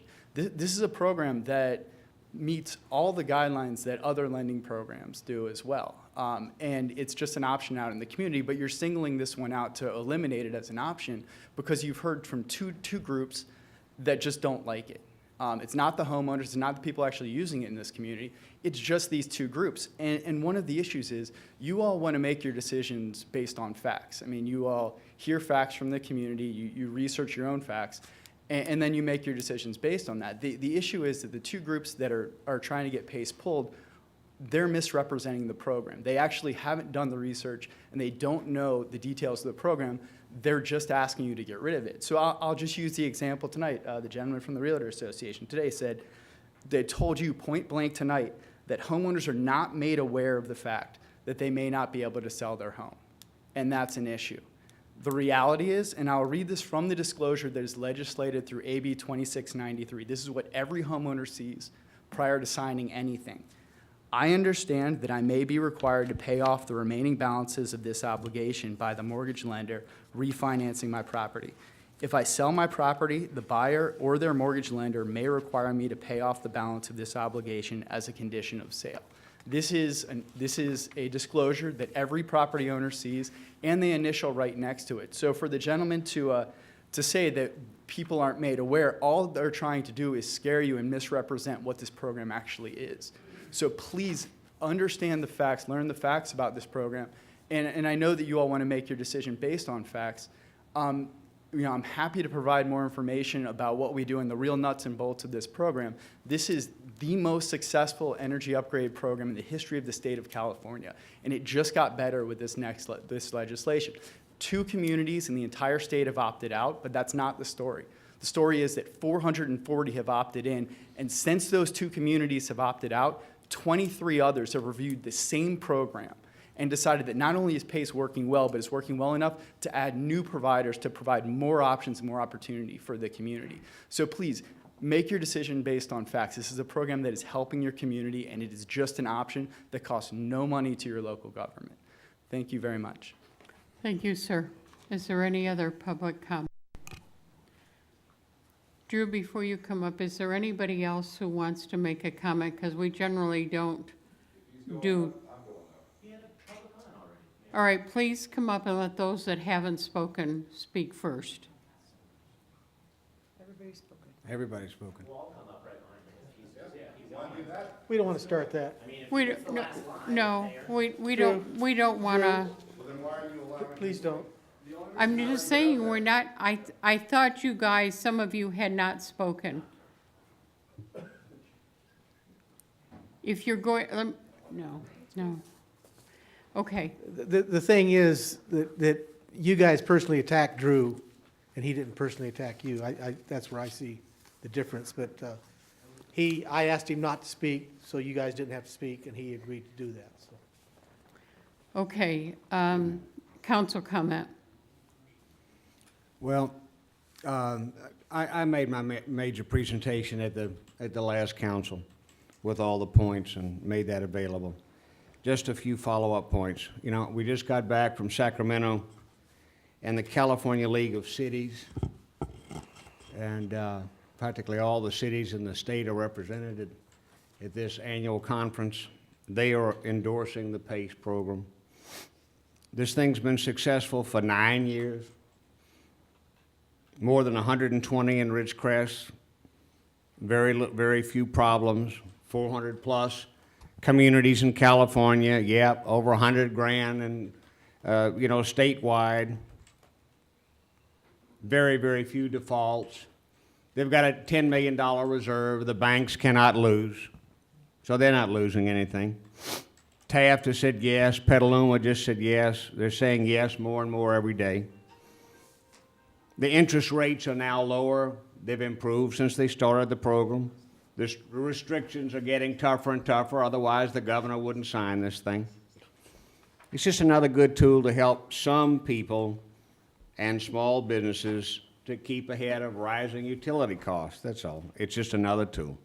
So anyway, with that having been said, yes, it's being investigated. There have been some reports the FBI's investigated. Well, of course they are. Anytime you start dealing with loans of a couple of $100,000 and then the thing is expanding to 35 states, all federal agencies are going to get involved, and there's going to be a lot of complaints filed, and there's going to be different political agendas and different groups, and a lot of that, of course, they're going to be investigated. If they weren't investigated, you wouldn't have, these new tight restrictions coming in that they have to deal with. Of course, they're being regulated every day. They're being investigated every day by everybody. So I don't, I think great, the more investigations, the better. The fact is the thing survived for 9 years, and it's growing nationwide, and it's working. The governor's signing the thing. Look, come on, realtors, it increases the price of the house. Your commissions go up when you sell the thing, and a lot of people that have large homes with massive utility rates going through the roof, they're gonna have to do something. They're gonna have to do something to get these things, to get their rates under control, even to be able to sell a lot of the medium-sized and larger homes, because the rates are going up 7% a year. The average person can't deal with it, So anyway, I'm still holding yes to that. Other council comment? Matter of fact, I think the concept of the program was good.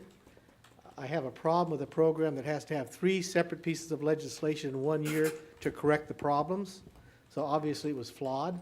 The fact that Governor Brown signed it, to me, is a detriment. Because if we believe everything Governor Brown signs, then we should be putting all our money in high-speed rail. And I think in anything, you've got some unscrupulous people, and unfortunately, the realtors showed us some of those situations last meeting.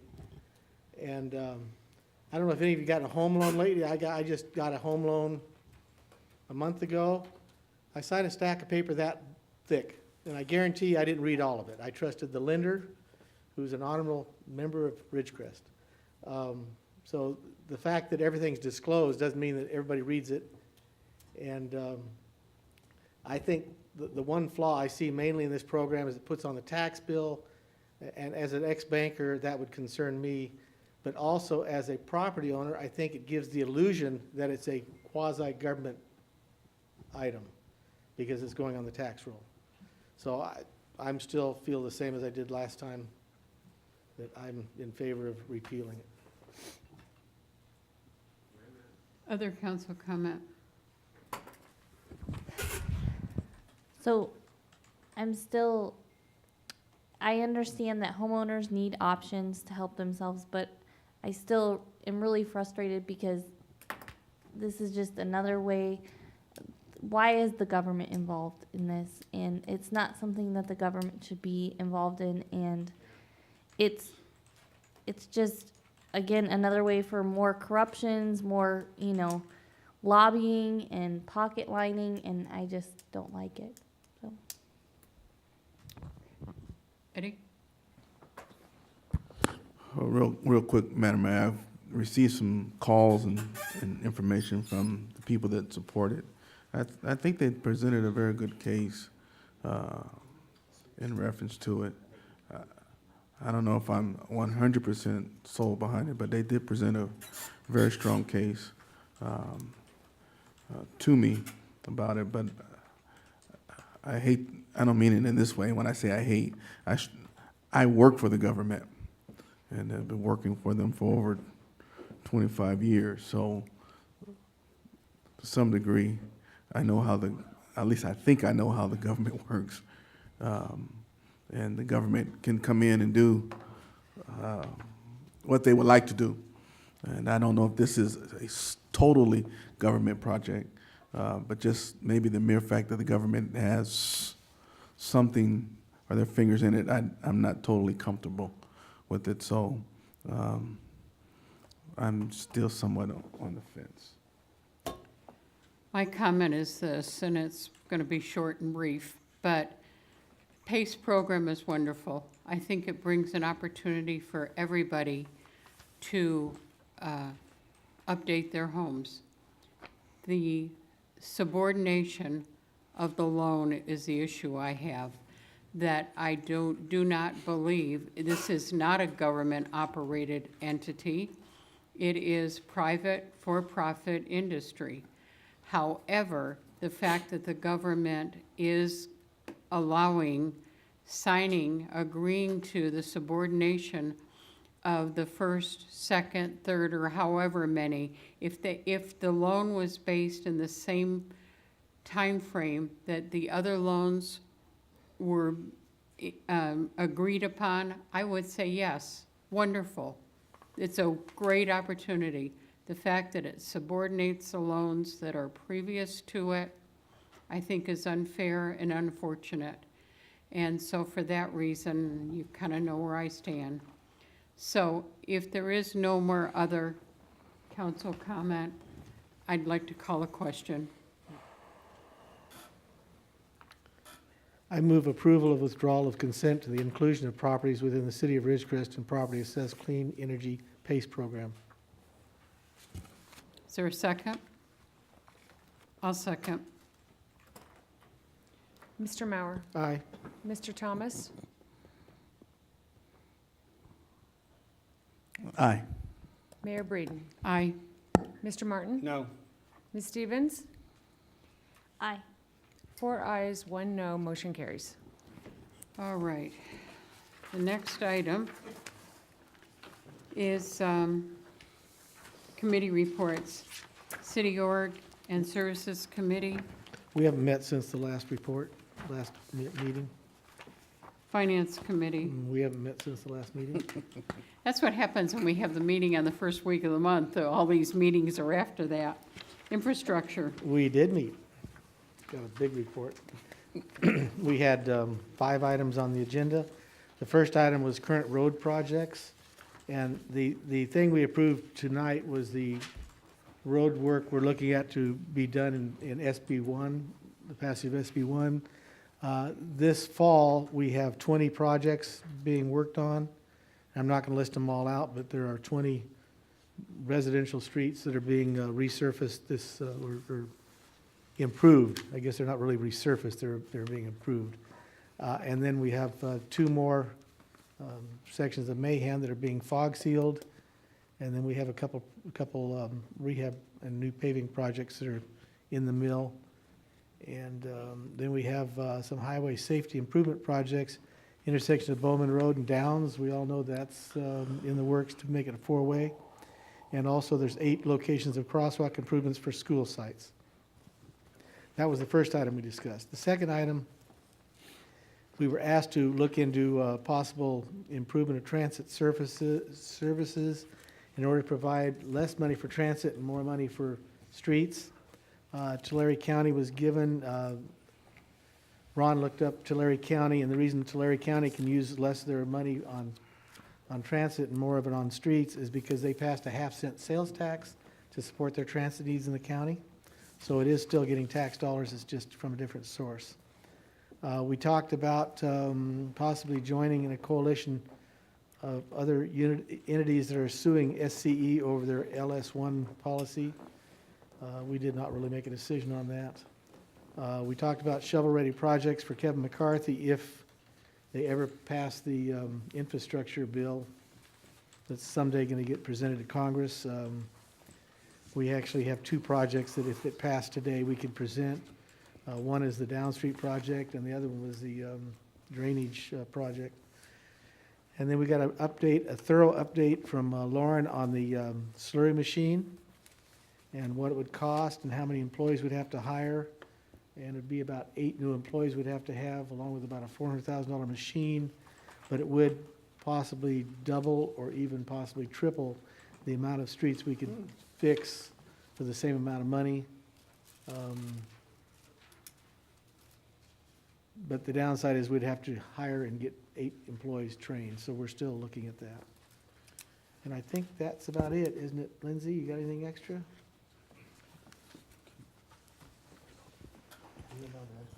Okay, Parks and Rec and quality of life. We did not meet because we did not have a quorum because 2 of us were at ICSC. Okay, Youth Advisory. That's Eddie. Eddie, did you meet? No, I don't believe so. Okay. All right, the Action Committee, that's biannually, and did you meet in September? We did meet. And But- and you Gave the reported on We that? gave that report. And you gave that report last time, okay, thank you. The RACVB, Yeah, just a quick report. They're working on the petroglyph Festival for 2017 on the 4th and the 5th of November. September 22nd, they did a leadership day. Doug gave a presentation on tourism. On the 24th, there was an article in the LA Times on the 395 stop, highlighting the many amazing places to stop along 395. Fossils Falls is one of Ridgecrest Film Commission's filming locations. Bakersfield's magazine, Sizzling Singles 2017 issue. Had an article, See Tomorrow, Journey into Yesterday, in the Great Getaway section, which focused on Ridgecrest and included the BLM Harrison Borough Facility, Trona Pinnacles, the Matarango Museum, and Petroglyph Festival. Bakersfield Life magazine, August 27, featured a day in Ridgecrest, California City, which featured both cities and local activities such as the Petroglyph Park, the museum, and the restaurant Saigon Flavor. And the California On Locations Awards will be December 17th. And of the 41 Flix Film Commissions, only 12 Flix Film, try to say that fast, officers submitted nominations, and Ridgecrest Film Commission submitted 16 nominations alone. So they're going to town. Adventure Travel Trade Association was on a 19-day tour of California, sponsored by Visit California. And there were 4 storytellers involved. They were in Ridgecrest for 2 days, visited Randsburg, the BLM, Trona Pinnacles, and broadcast live from the BLM Harrison Borough facility. So anyway, August, there was a total of 2 productions from the Ridgecrest Film Commission. Total community spent for August was about 88 grand, and that's it. Economic Development Committee.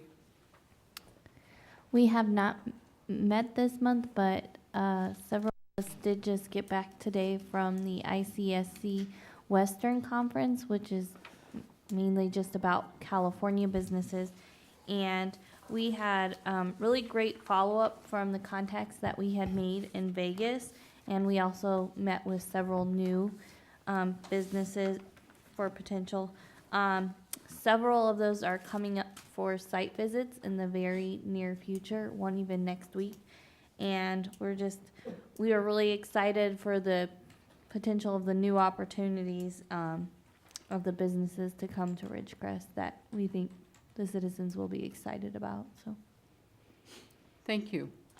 Okay, other committees, boards, or commissions? Anybody have anything to report? First week of the month, it's hard to get any of those in, so. Okay, city managers report. None to report this time. Future agenda items. I have 2 I'd like us to look at. We were waiting for the 4 projects, and if we could get that on the agenda, they were asking us to approve in concept those items. So if we could get that on an agenda as soon as we can. At the last meeting, it was suggested that that went back to City Org, so my understanding is it's going to be at City Org this Back to month. City Org For the letter of support. At City Org, we said we wanted to send it back to council because City Org Look that approved it way, in because I'm concept. I'm Am pretty I- sure that we You and I just attended the misunderstood same then. meeting, didn't I we? thought we did. Ron, did we miss something? Ron? I thought it would go back to City Org for the letter, but we can bring it back. For the letter? No, Okay. council, Peggy brought it up last council meeting. Okay. We'll work it out. I'll get Okay. it on the agenda. That's fine. I just wanted clarification. And I would like to know where we are with the issue of the properties up in the triangle.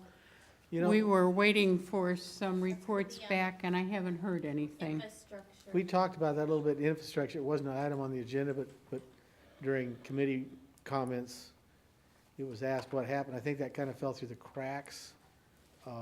Anyway, I'll get a hold of Mike McGee and we had talked, but it was my understanding that we had to put properties on the excess list in order to sell them. Is that true?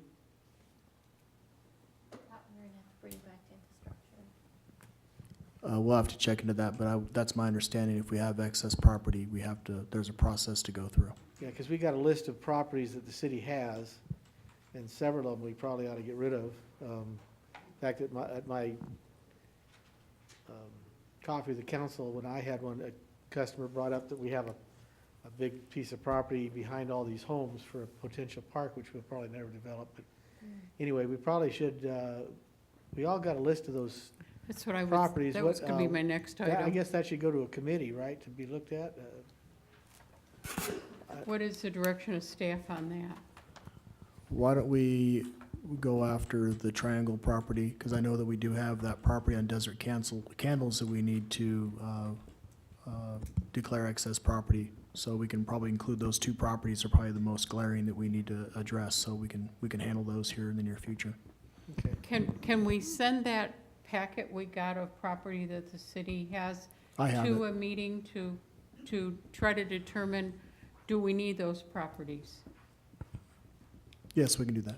Which Okay, committee so- would that go to? Infrastructure? Where would that go? Infrastructure? Infrastructure is so busy. Yeah. Hey, we're a Is popular, it we're a something- popular committee.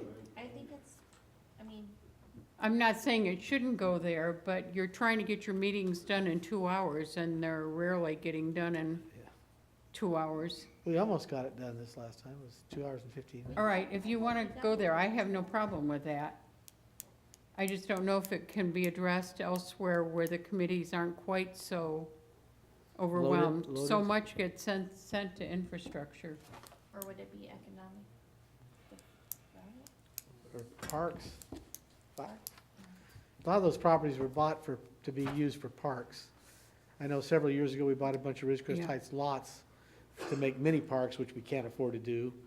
All right, let it go to infrastructure. You guys will We get might- to we it as might soon kick as you can. somebody. We'll look at it and Okay, do something with it. thank you. Those are the 3 items I had for on the agenda. Anybody else have any future agenda items? Madam Mayor, I wanted to know, and I think we've talked about it again, I'll ask City Manager. We had talked about the program that Madam Mayor originally brought up a couple years ago in reference to volunteer help. Have we got any closer to identifying that, or do we need to bring it before council, or is it just something that we just want to do, sir? Staff is supposed to get back to you on that. I believe Trish and acting Chief McLaughlin are supposed to get back with you on that. I did speak with them last week about that. Perfect, sir. I will make sure, once again, that they will do that. Okay, thank you. Mayor and council comments? Let's start down this way. Just real quick, last meeting, we were all worn out. A quick report. Lindsay and I had a very successful conference going to the League of Cities in Sacramento. And we presented, we voted on the 2 items that we had voted here unanimously. They passed with the league as well, so that was good. We had meetings with talking about our tax dollars via the Board of Equalization, and the governor is now, that used to be elected positions. Now the governor has appointed someone to collect several $1 billion worth of California taxes. And the good news is that when questioned as to his credentials, he said that he took a tax class once. And so that was rather an interesting session. I read that. We attended a session on water control, road pavement projects, and crisis management. The mayor had asked me to investigate the internet sales tax issue. I found 1 or 2 folks there who know the ins and outs about that, so I'll be researching this. We spent many hours at the trade show, meeting with numerous new vendors, connecting with a few folks who had previously done work with Ridgecrest. We made a lot of good connections, and then I'll turn it over to Lindsay, and she can fill you in on some of the neat folks we talked to. So several of the things I already brought back to some of the committees. One of them was a financial health tool, and we're looking at what it would take to complete that and if we would benefit from it. It helps kind of look at your forecast and see where you might be falling short. So, and then another one I took to infrastructure was the roadway session that we went to, and it was all about it helping make your roadway dollars go further and some ideas of how you could do that. And so we brought back some of that and discussed it briefly at infrastructure. Like one is called cold in place recycling, where instead of hauling in new asphalt, it actually grinds up the existing asphalt and mixes it with some emulsifier and then relays it down. So it has some significant cost savings, and they found it's working well. And Yes, the tax thing, we did talk with them, and I brought it up there at the session too, that we would like them to be looking at making sure that the people who are buying the internet actually see the tax money come back to their community rather than being distributed by the county and us paying for, say, infrastructure in Bakersfield. We'd like to see our dollars that we're spending actually come back to Ridgecrest.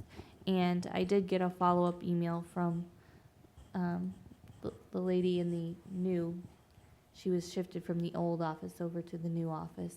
And they did say that they are looking at how they can fix that policy, so.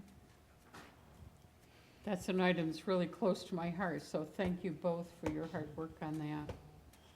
Okay, any other council comments? Eddie? I wanted to say last week my monitor was broke or down, and our IT, when we went back for closed session, had it back up and running with a brand-new monitor, so mine is a lot clearer than the rest of you guys, so.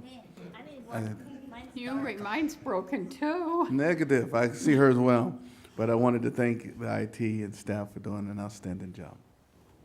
Thank you. A comment, I want mine in brighter color. A comment was made to me that last council meeting, I did not treat some members of the council who I may or may not have agreed with the respect necessary. And I said, absolutely not. I went back and looked. I even watched the meeting, which was really a lot of hot air, but good hot air. And that person was correct. So my apologies to anybody who thought that I had treated them with less than perfect respect, because even though we may disagree or agree, we all are friends and neighbors who live here and working together to make the city better. So that impression was not intended, and I apologize if it was received. So let's try to remember that we all are just folks trying to make it better. So thank you all. I want to make one comment. I passed, but I want to make one comment. One thing that one of the PACE guys, I think he was the first one to talk, really bugged me. He said we did not have a right to take this program away. Obviously, we did, because we just did. But that just kind of grated on me for him to say we did not have the right to do that, when obviously we did. So anyway, that's just, Okay, he's gone, so I guess I don't have to worry about offending him. okay. He's in the hallway waiting on you. Waiting on me, he's gonna beat me, he's gonna beat me up when I get out. Okay, so we'll adjourn this meeting to next council. Thank you all.